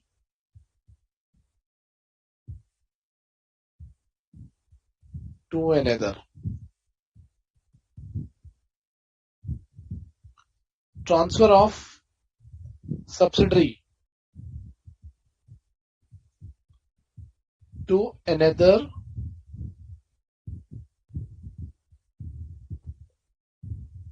fellow subsidiary. Third, merger of subsidiary into parent.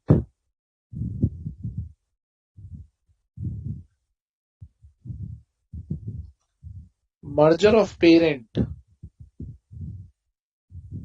into subsidiary. Right? These are the some examples, illustrative examples.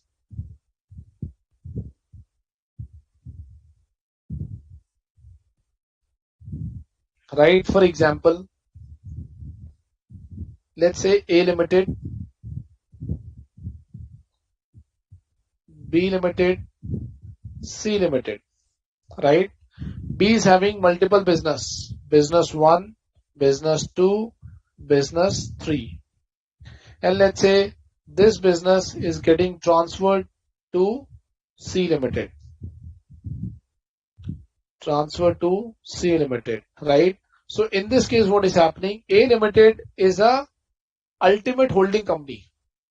A Limited is the ultimate holding company. Shall be under common control, or that means controlled by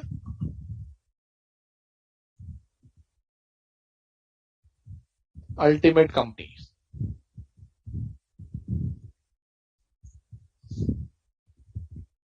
Ultimate controlled by same entity, right? So if you see transfer of the business, the transaction is happening between B and C, right? In this case, A is controlling B Limited, A is controlling C Limited, correct? And this business is getting transferred. This is a case of common control transaction. Case of common control transaction, right? What is the case? Transfer of business. This is an example of Transfer of business.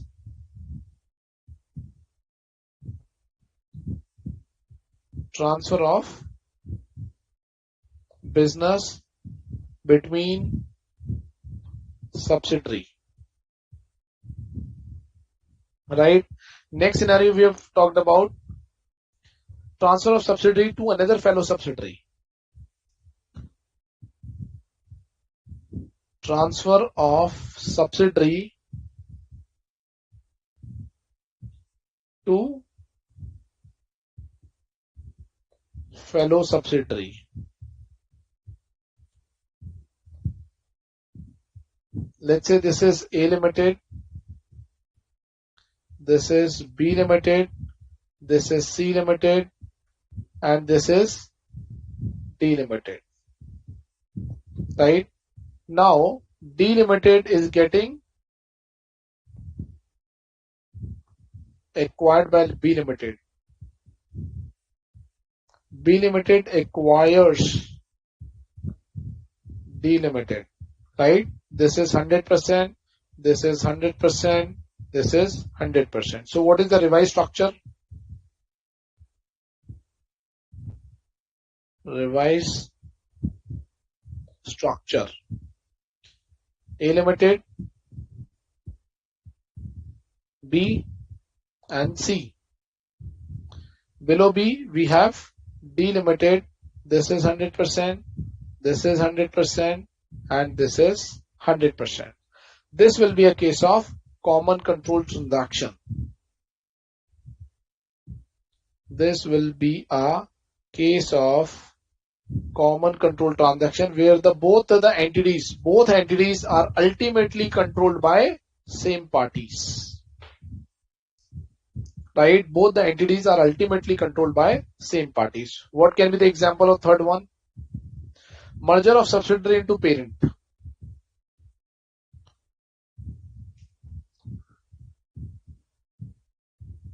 Merger of subsidiary into parent. Let's say this is A Limited and A is having B Limited. B Limited gets merged into A Limited. Right? Since this is a group, this is a case of,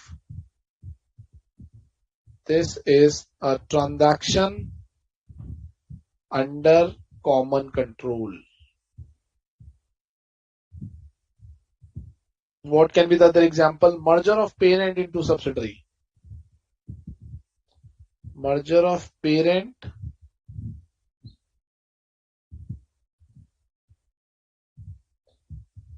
into subsidiary.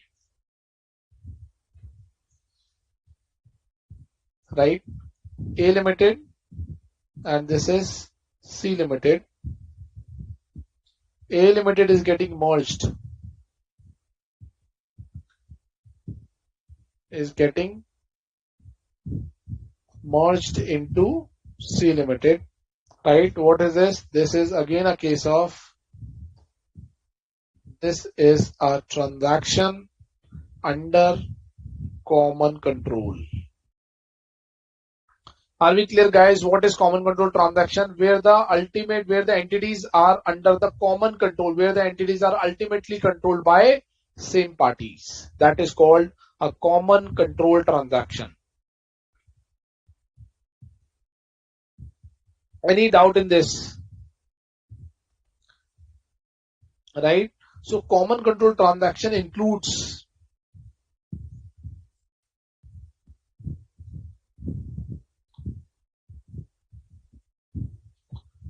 common control transaction includes the transaction, includes the transfer of business or entities. Transfer of business or entities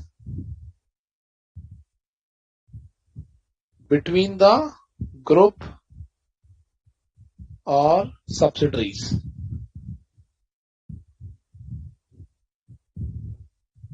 Or fellow subsidiaries.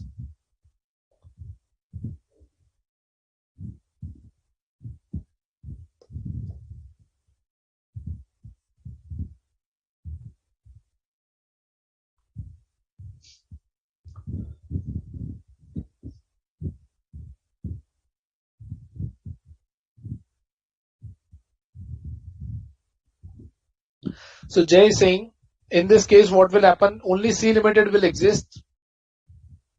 What is the revised structure?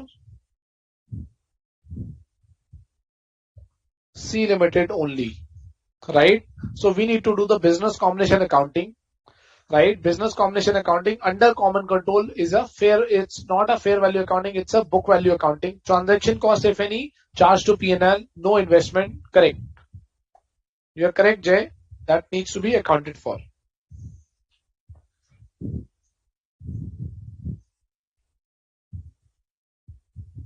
Right? It may also possible, guys, if the group of individuals are having a control. Group of individuals. Group of individuals. Right? For example, A, B, C, D. Right? There is a company called ABCD Limited. ABCD Limited. 25%, 25, 25 and 25. Similarly, A, B, C and D. There is another company called XYZ.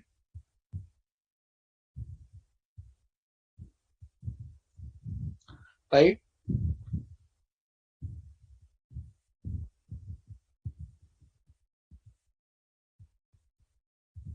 $25, $25, $25 and $25. Right? So who is controlling the company? No one is controlling the company. Now let's say ABC are operating under a contractual arrangement. ABC are holding 75%. Right? ABC is holding 75% in both ABCD and XYZ. So in this case, if ABC are operating jointly under a contractual arrangement,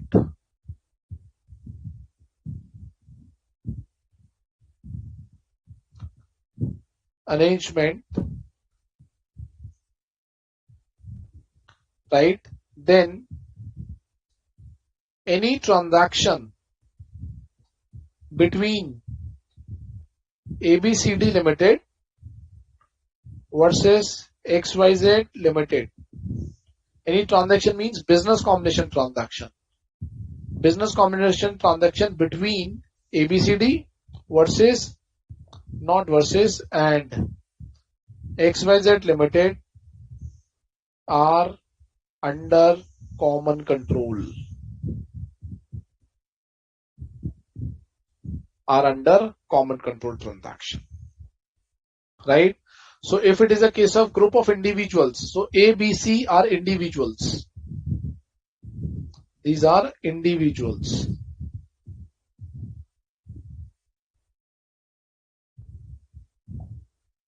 So it can be a case where the one company is getting merged into another. It can be a case where parent is getting merged into subsidiary transaction between the business combination transaction between the fellow subsidiaries, transfer of one subsidiary to another subsidiary. It can be any type of scenario. Transfer of one business from one subsidiary to another fellow subsidiary. If it is a case of individuals, this will be a scenario where they are operating jointly under a contractual arrangement. Only then business combination transaction between the ABCD and XYZ will be considered as a common control transaction. Right? Now we are talking about common control. We have talked about lots of scenarios. What is the accounting of common control? Accounting of common control transaction. Correct? Common control transaction. First of all, it is a book value accounting. Right? Purchase consideration. So first of all, common control transaction needs to be accounted as pooling of interest method.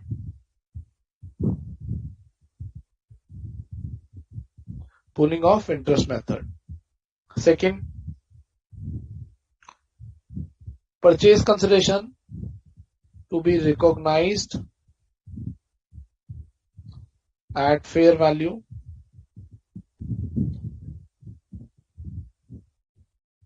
Assets assumed, assets acquired,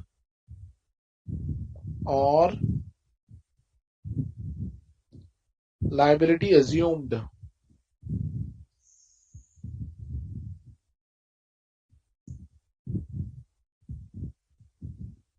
To be recognized at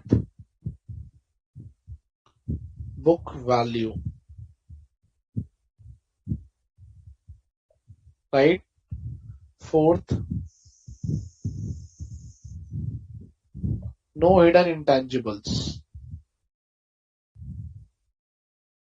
to be recognized.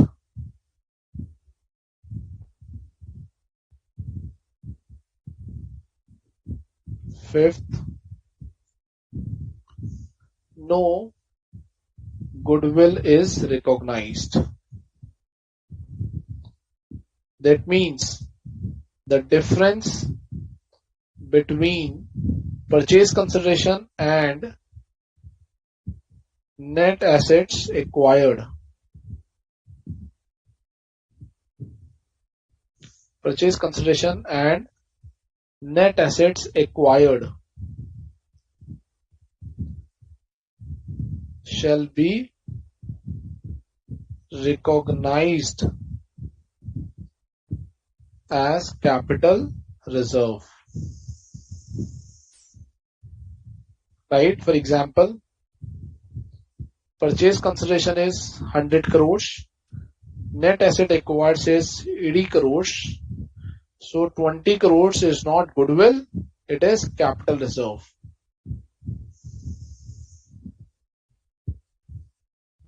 Right? This is scenario 1. Scenario 2 would be purchase consideration is 100 crores, net asset is 150 crores. So this 50 crores is a negative number, it will be a capital reserve. So in common control, we don't recognize goodwill, we only recognize capital reserve whether the differential is positive or negative. Right? 6th point.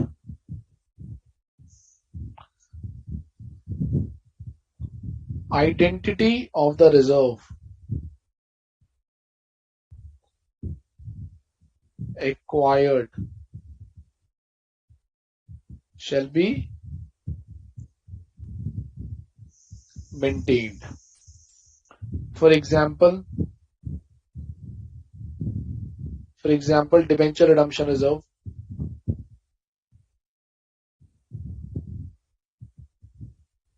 Debenture redemption reserve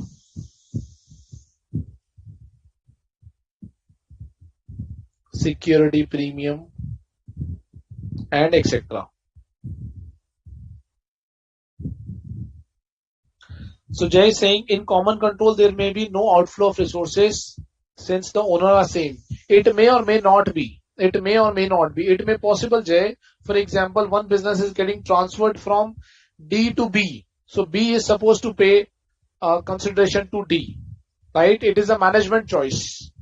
If the funds is getting transferred, it will be recognized as purchase consideration. If no transfer is there, then the nil purchase consideration will be there.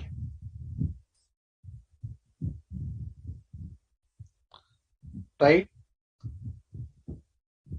Previous year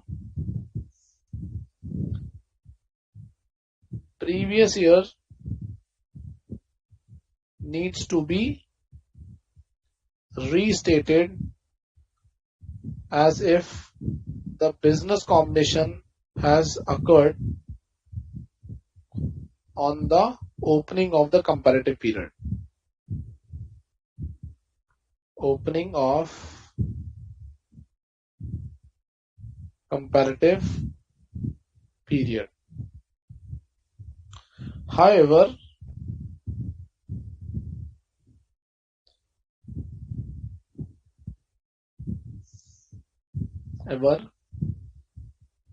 where the control is acquired after the opening of comparative period, business combination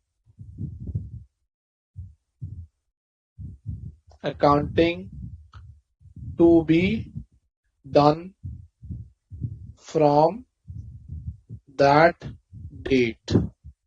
Right? From that date. Very, very critical point. From that date means the date on which control has been acquired. Means the date on which the control has been acquired. So what we are saying here is previous year period needs to be restated as if the business combination has occurred from the opening of the comparative period. However, where the control is acquired after the opening of comparative period, business combination to be done from that date. Right? Let's do a couple of questions to understand the common control transaction. Okay, question number 30, guys. Please read question number 30.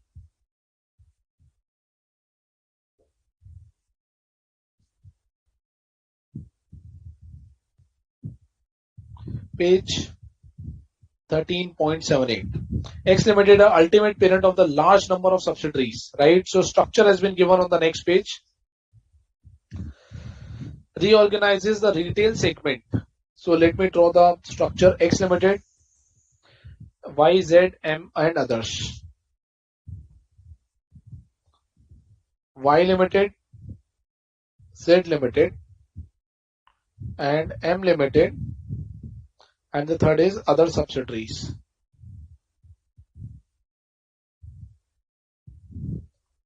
Correct?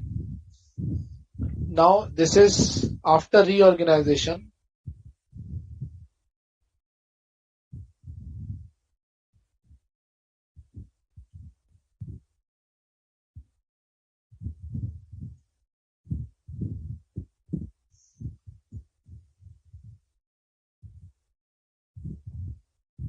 Other subsidiaries Z Limited and Y Limited. Right? Let me read the question now. X Limited, the ultimate parent of the large number of subsidiaries, reorganizes the retail segment of its business to consolidate all of its retail business. So he wants to consolidate all of its retail business.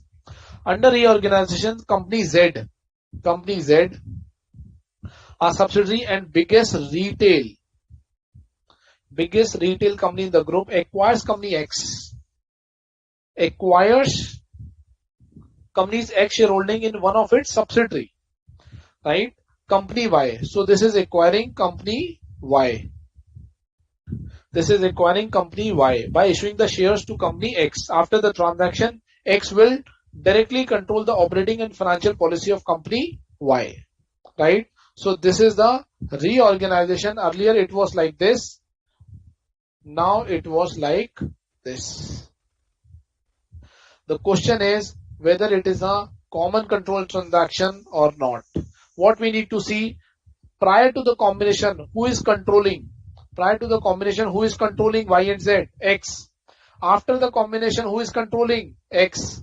That means entities, combining entities are ultimately controlled by same parties before and after the combination, which is X Limited.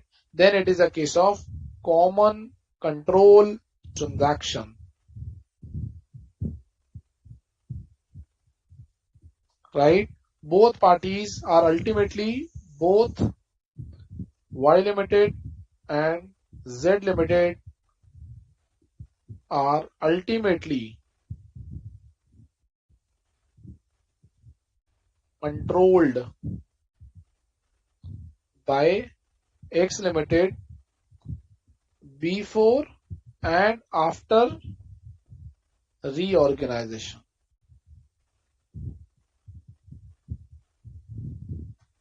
Are we clear, guys? It is a case of common control transaction.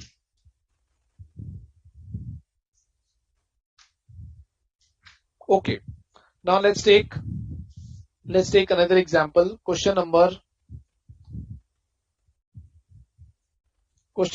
31. Question number 31, page number 13.79. Diagram is given on the next page. Let me draw the diagram. A, B, C, D, E. This is the same, similar to what I have prepared in the example. B, C, D, E. B, C, D and E. Right? This is ABC Limited. B, C, D, E jointly they are operating 75% and E is holding 25%. Similarly here B, C, D and E. Another company X, Y, Z Limited. Right? They are jointly holding 75%. E is holding 25%. Now let's read the question. ABC and XYZ are owned by 4 shareholders B, C, D, E, each of which are holding 25%. Shareholder B, C, D have entered into a shareholder agreement. So these people have entered into a shareholder agreement. Shareholder agreement in terms of governance of ABC and governance of XYZ Limited, due to which they exercise joint control. That means there is a joint control. Due to which they exercise joint control. ABC Limited and XYZ Limited are under common control. Guys, can you tell me, are these two companies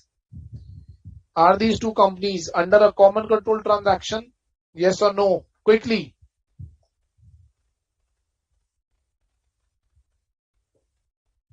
It is a case of group of individuals.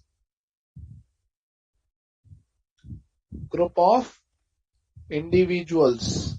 Right? Whether they are operating as a contractual agreement. Yes. What is the contractual agreement? Share purchase agreement, shareholder agreement.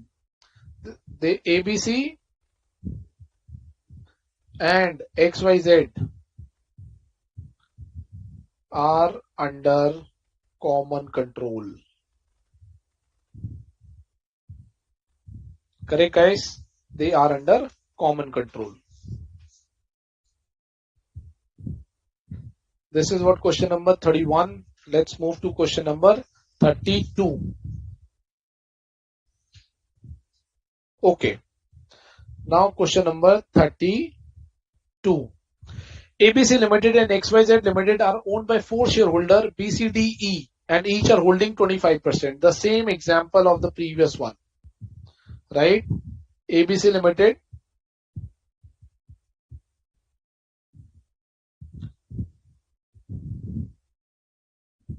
25% each.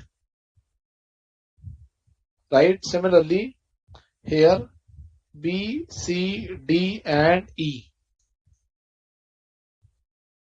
They are holding XYZ. X, Y, Z, and each are holding 25%. Right? No agreement between the individuals. No agreement between individuals. Right? The transaction, if any transaction between ABC and XYZ are not under common control.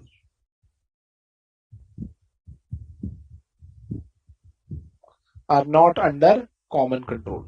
Right? Because there is no agreement between these individuals. So for the individual, it is important to have contracts. Okay guys, let's take another example. Question number 33. Page number 13.81. Let me draw a diagram. ABC Limited is holding X Limited. 1st April 2010. Right? ABC Limited had a subsidiary XYZ X Limited which were acquired. So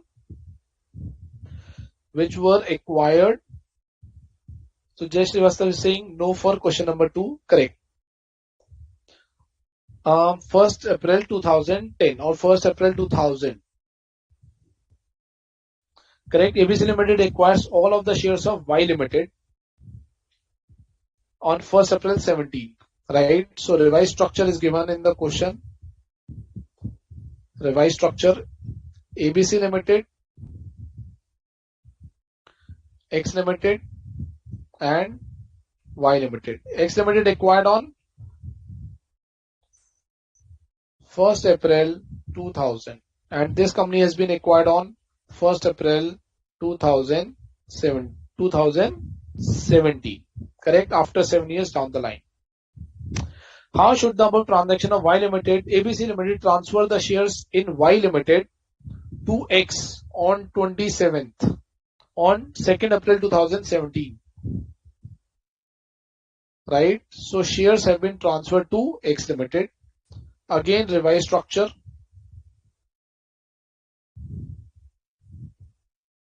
It is given on the next page.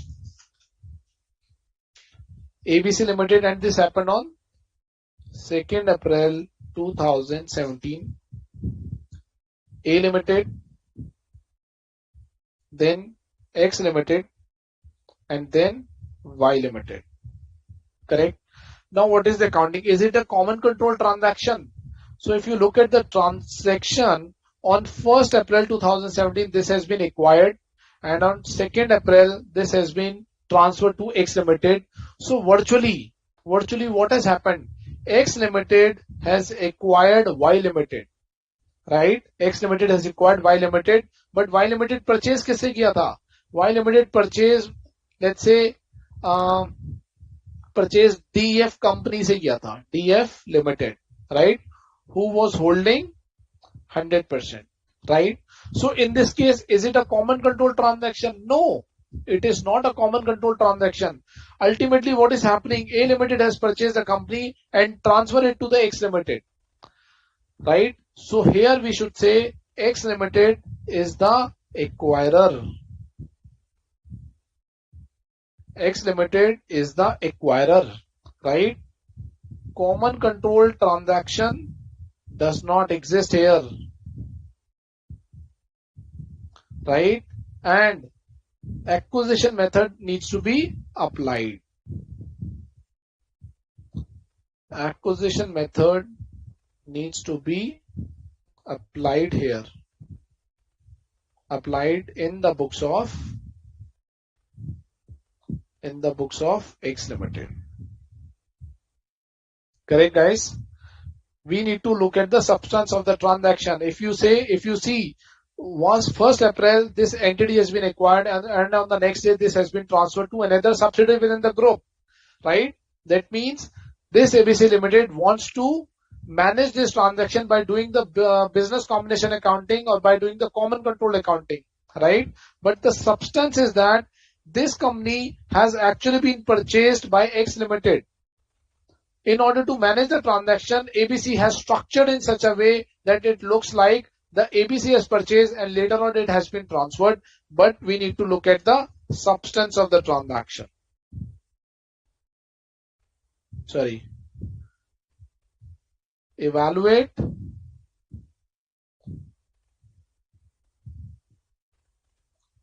substance of transactions.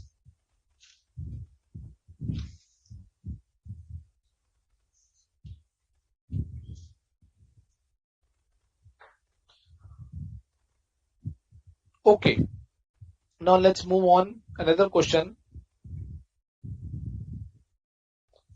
Question number 34, A part.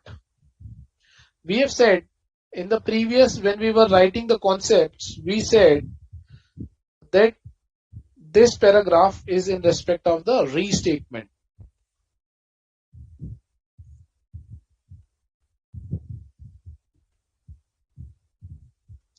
Restatement of previous years. What we said, previous year needs to be restated as if the combination has occurred from the opening of the comparative period. What we are trying to say, just try to link this example with a small example. I am having 3 bank accounts, right? I am transferring 100 rupees from one bank account to another bank account. I am transferring 100 rupees from another bank account to a third bank account. Is there any change in the net worth of myself? No. So what is common control transfer? Transfer of certain business, transfer of assets and liabilities from one entity to another, but ultimate level, no change, right? So what the standard is saying in this aspect, let's understand the guidance by way of an example. Common control periods extend beyond the start of the comparative period. Let's read. XYZ Limited acquired PQR in a common control transaction in 1st October 09. The year end is 31st March, right? So let me draw a diagram. 1st October 2009. XYZ Limited acquired PQR. The year end is 31st March. This is 31st March. XYZ Limited and PQR have been controlled by the shareholders since their inception, right? Since their inception. So let's say shareholders XYZ and then PQR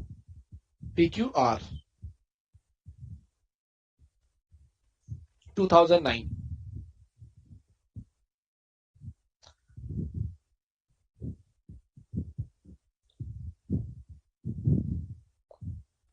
So XYZ Limited acquired PQR Limited in a common control transaction 1st October 2009. The year end is 31st March. Both XYZ Limited and PQR have been controlled by the shareholders since their inception, right? So prior structure, and this is the revised structure. What is the prior structure? This is the shareholders XYZ and this is PQR. Now PQR, XYZ has acquired this PQR. This is the revised structure. So the standard is saying that we need to revise these numbers from the opening of the comparative period. When I will be preparing 31st March 2009 financial statement, I need to be presented. I am supposed to present the 31st March 2008. This is 31st March 2008, right? And this is the 1st April 2007.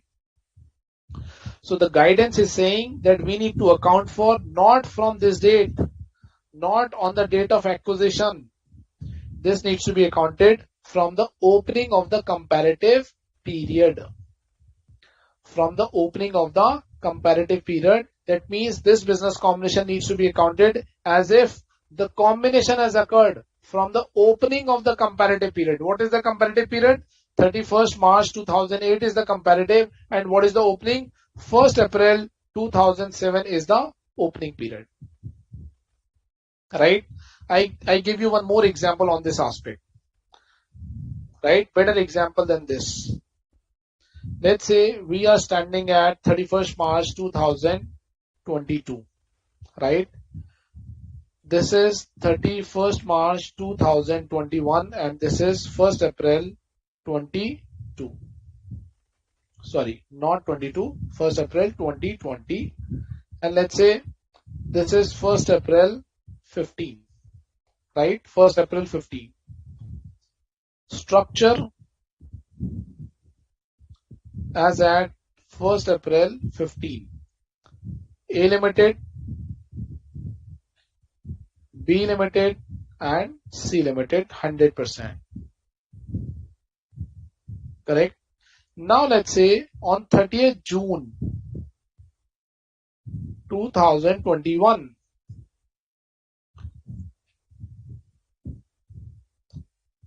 B Limited acquired C Limited. Revised structure. A Limited, then B Limited, and then C Limited 100%. What we are saying in first of all, it is a common control transaction, right? And what we are saying in case of common control transaction, business combination shall be restated from the opening of the comparative period. So what is the comparative period? 31st March 21. What is the opening period? 1st April 2020. So I am not supposed to account for this transaction as on 30th June. I am supposed to account for this transaction as on 1st April 2020. So that means in case of the common control transaction needs to be accounted from or needs to be accounted on 1st April 2020 as if the combination has occurred on the opening of the comparative period. 30th June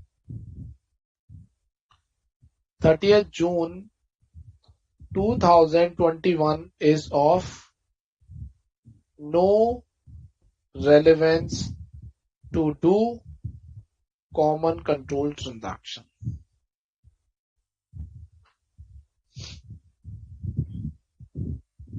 Are you guys with me? We need to compute business combination accounting here. That means net assets to be considered as of 1st April 2020 for computation of capital reserve. This will be the entire accounting of that first paragraph. This paragraph which we were talking about, this paragraph, this is the meaning of first sentence of this paragraph. That the previous year numbers needs to be restated as if the combination has occurred from the opening of the comparative period. That means we will account from 1st April 20 and not from 2021. Right? Now read the second paragraph, second sentence of this paragraph, where the control has been acquired after the opening of the comparative period. Then the business combination accounting needs to be done from that date. What is the meaning? I give you an example. This is point number B. This is question 34 point B. Right? I give you a better example. Let's say this is 31st March 2022, 31st March 21 and 1st April 2020. Correct? This is 1st December 2020. Right? A Limited, B Limited and C Limited. Correct? A Limited acquired B Limited and C Limited on this date. And what is happening here on this date? Let's say this is 30th June 2021. C Limited is merged, or A Limited has acquired C Limited, let's say. Let me put it simple. A Limited acquired C Limited, right? So what is the revised structure?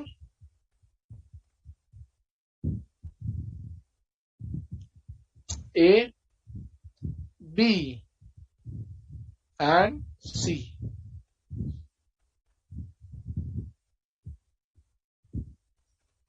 Right? In this case, we are applying the second sentence of that paragraph. We are saying, in case the control has been acquired after the opening of the comparative period. What is the opening? This is opening. If the control has been acquired after the opening of the comparative period, then business combination shall be restated from that date. That means in this case, common control transaction to be accounted from 1st December 2020, right? And net assets to be computed on 1st December 2020, right? And 31st March 2020 will be 21. 31st March 21 will be restated. Here 31st March 21 will be restated. 31st March 21 FS to be restated. Are we clear, guys, on this point, restatement of the previous year numbers?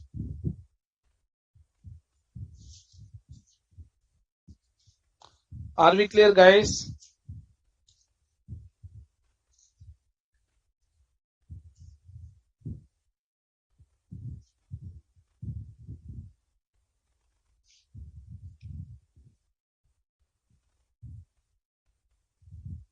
So here I should write B acquired, B Limited acquired C Limited.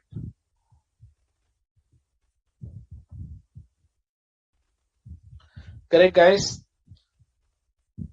So now what you need to do, homework, guys, recap all business combination. So here we have done, guys, all the entire concepts of the business combination, and we have done lots of questions in the class as well, right? Practice all those questions, right? Entire business combination is dependent on one formula: purchase consideration minus net asset acquired, purchase NCI minus fair valuation of the past investment is equal to goodwill or capitalism. Here we need to include contingent liability, we need to include intangible, we need to include indemnification assets, we need to include other items which I have acquired. Entire business, if you have understood this formula, entire concept is running in respect of this formula, right? And do practice of class question, practice of other questions in study mat. Correct? Remember concepts with examples.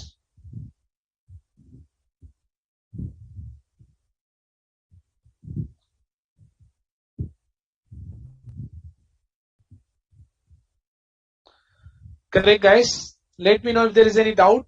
Otherwise, we can wind up the session.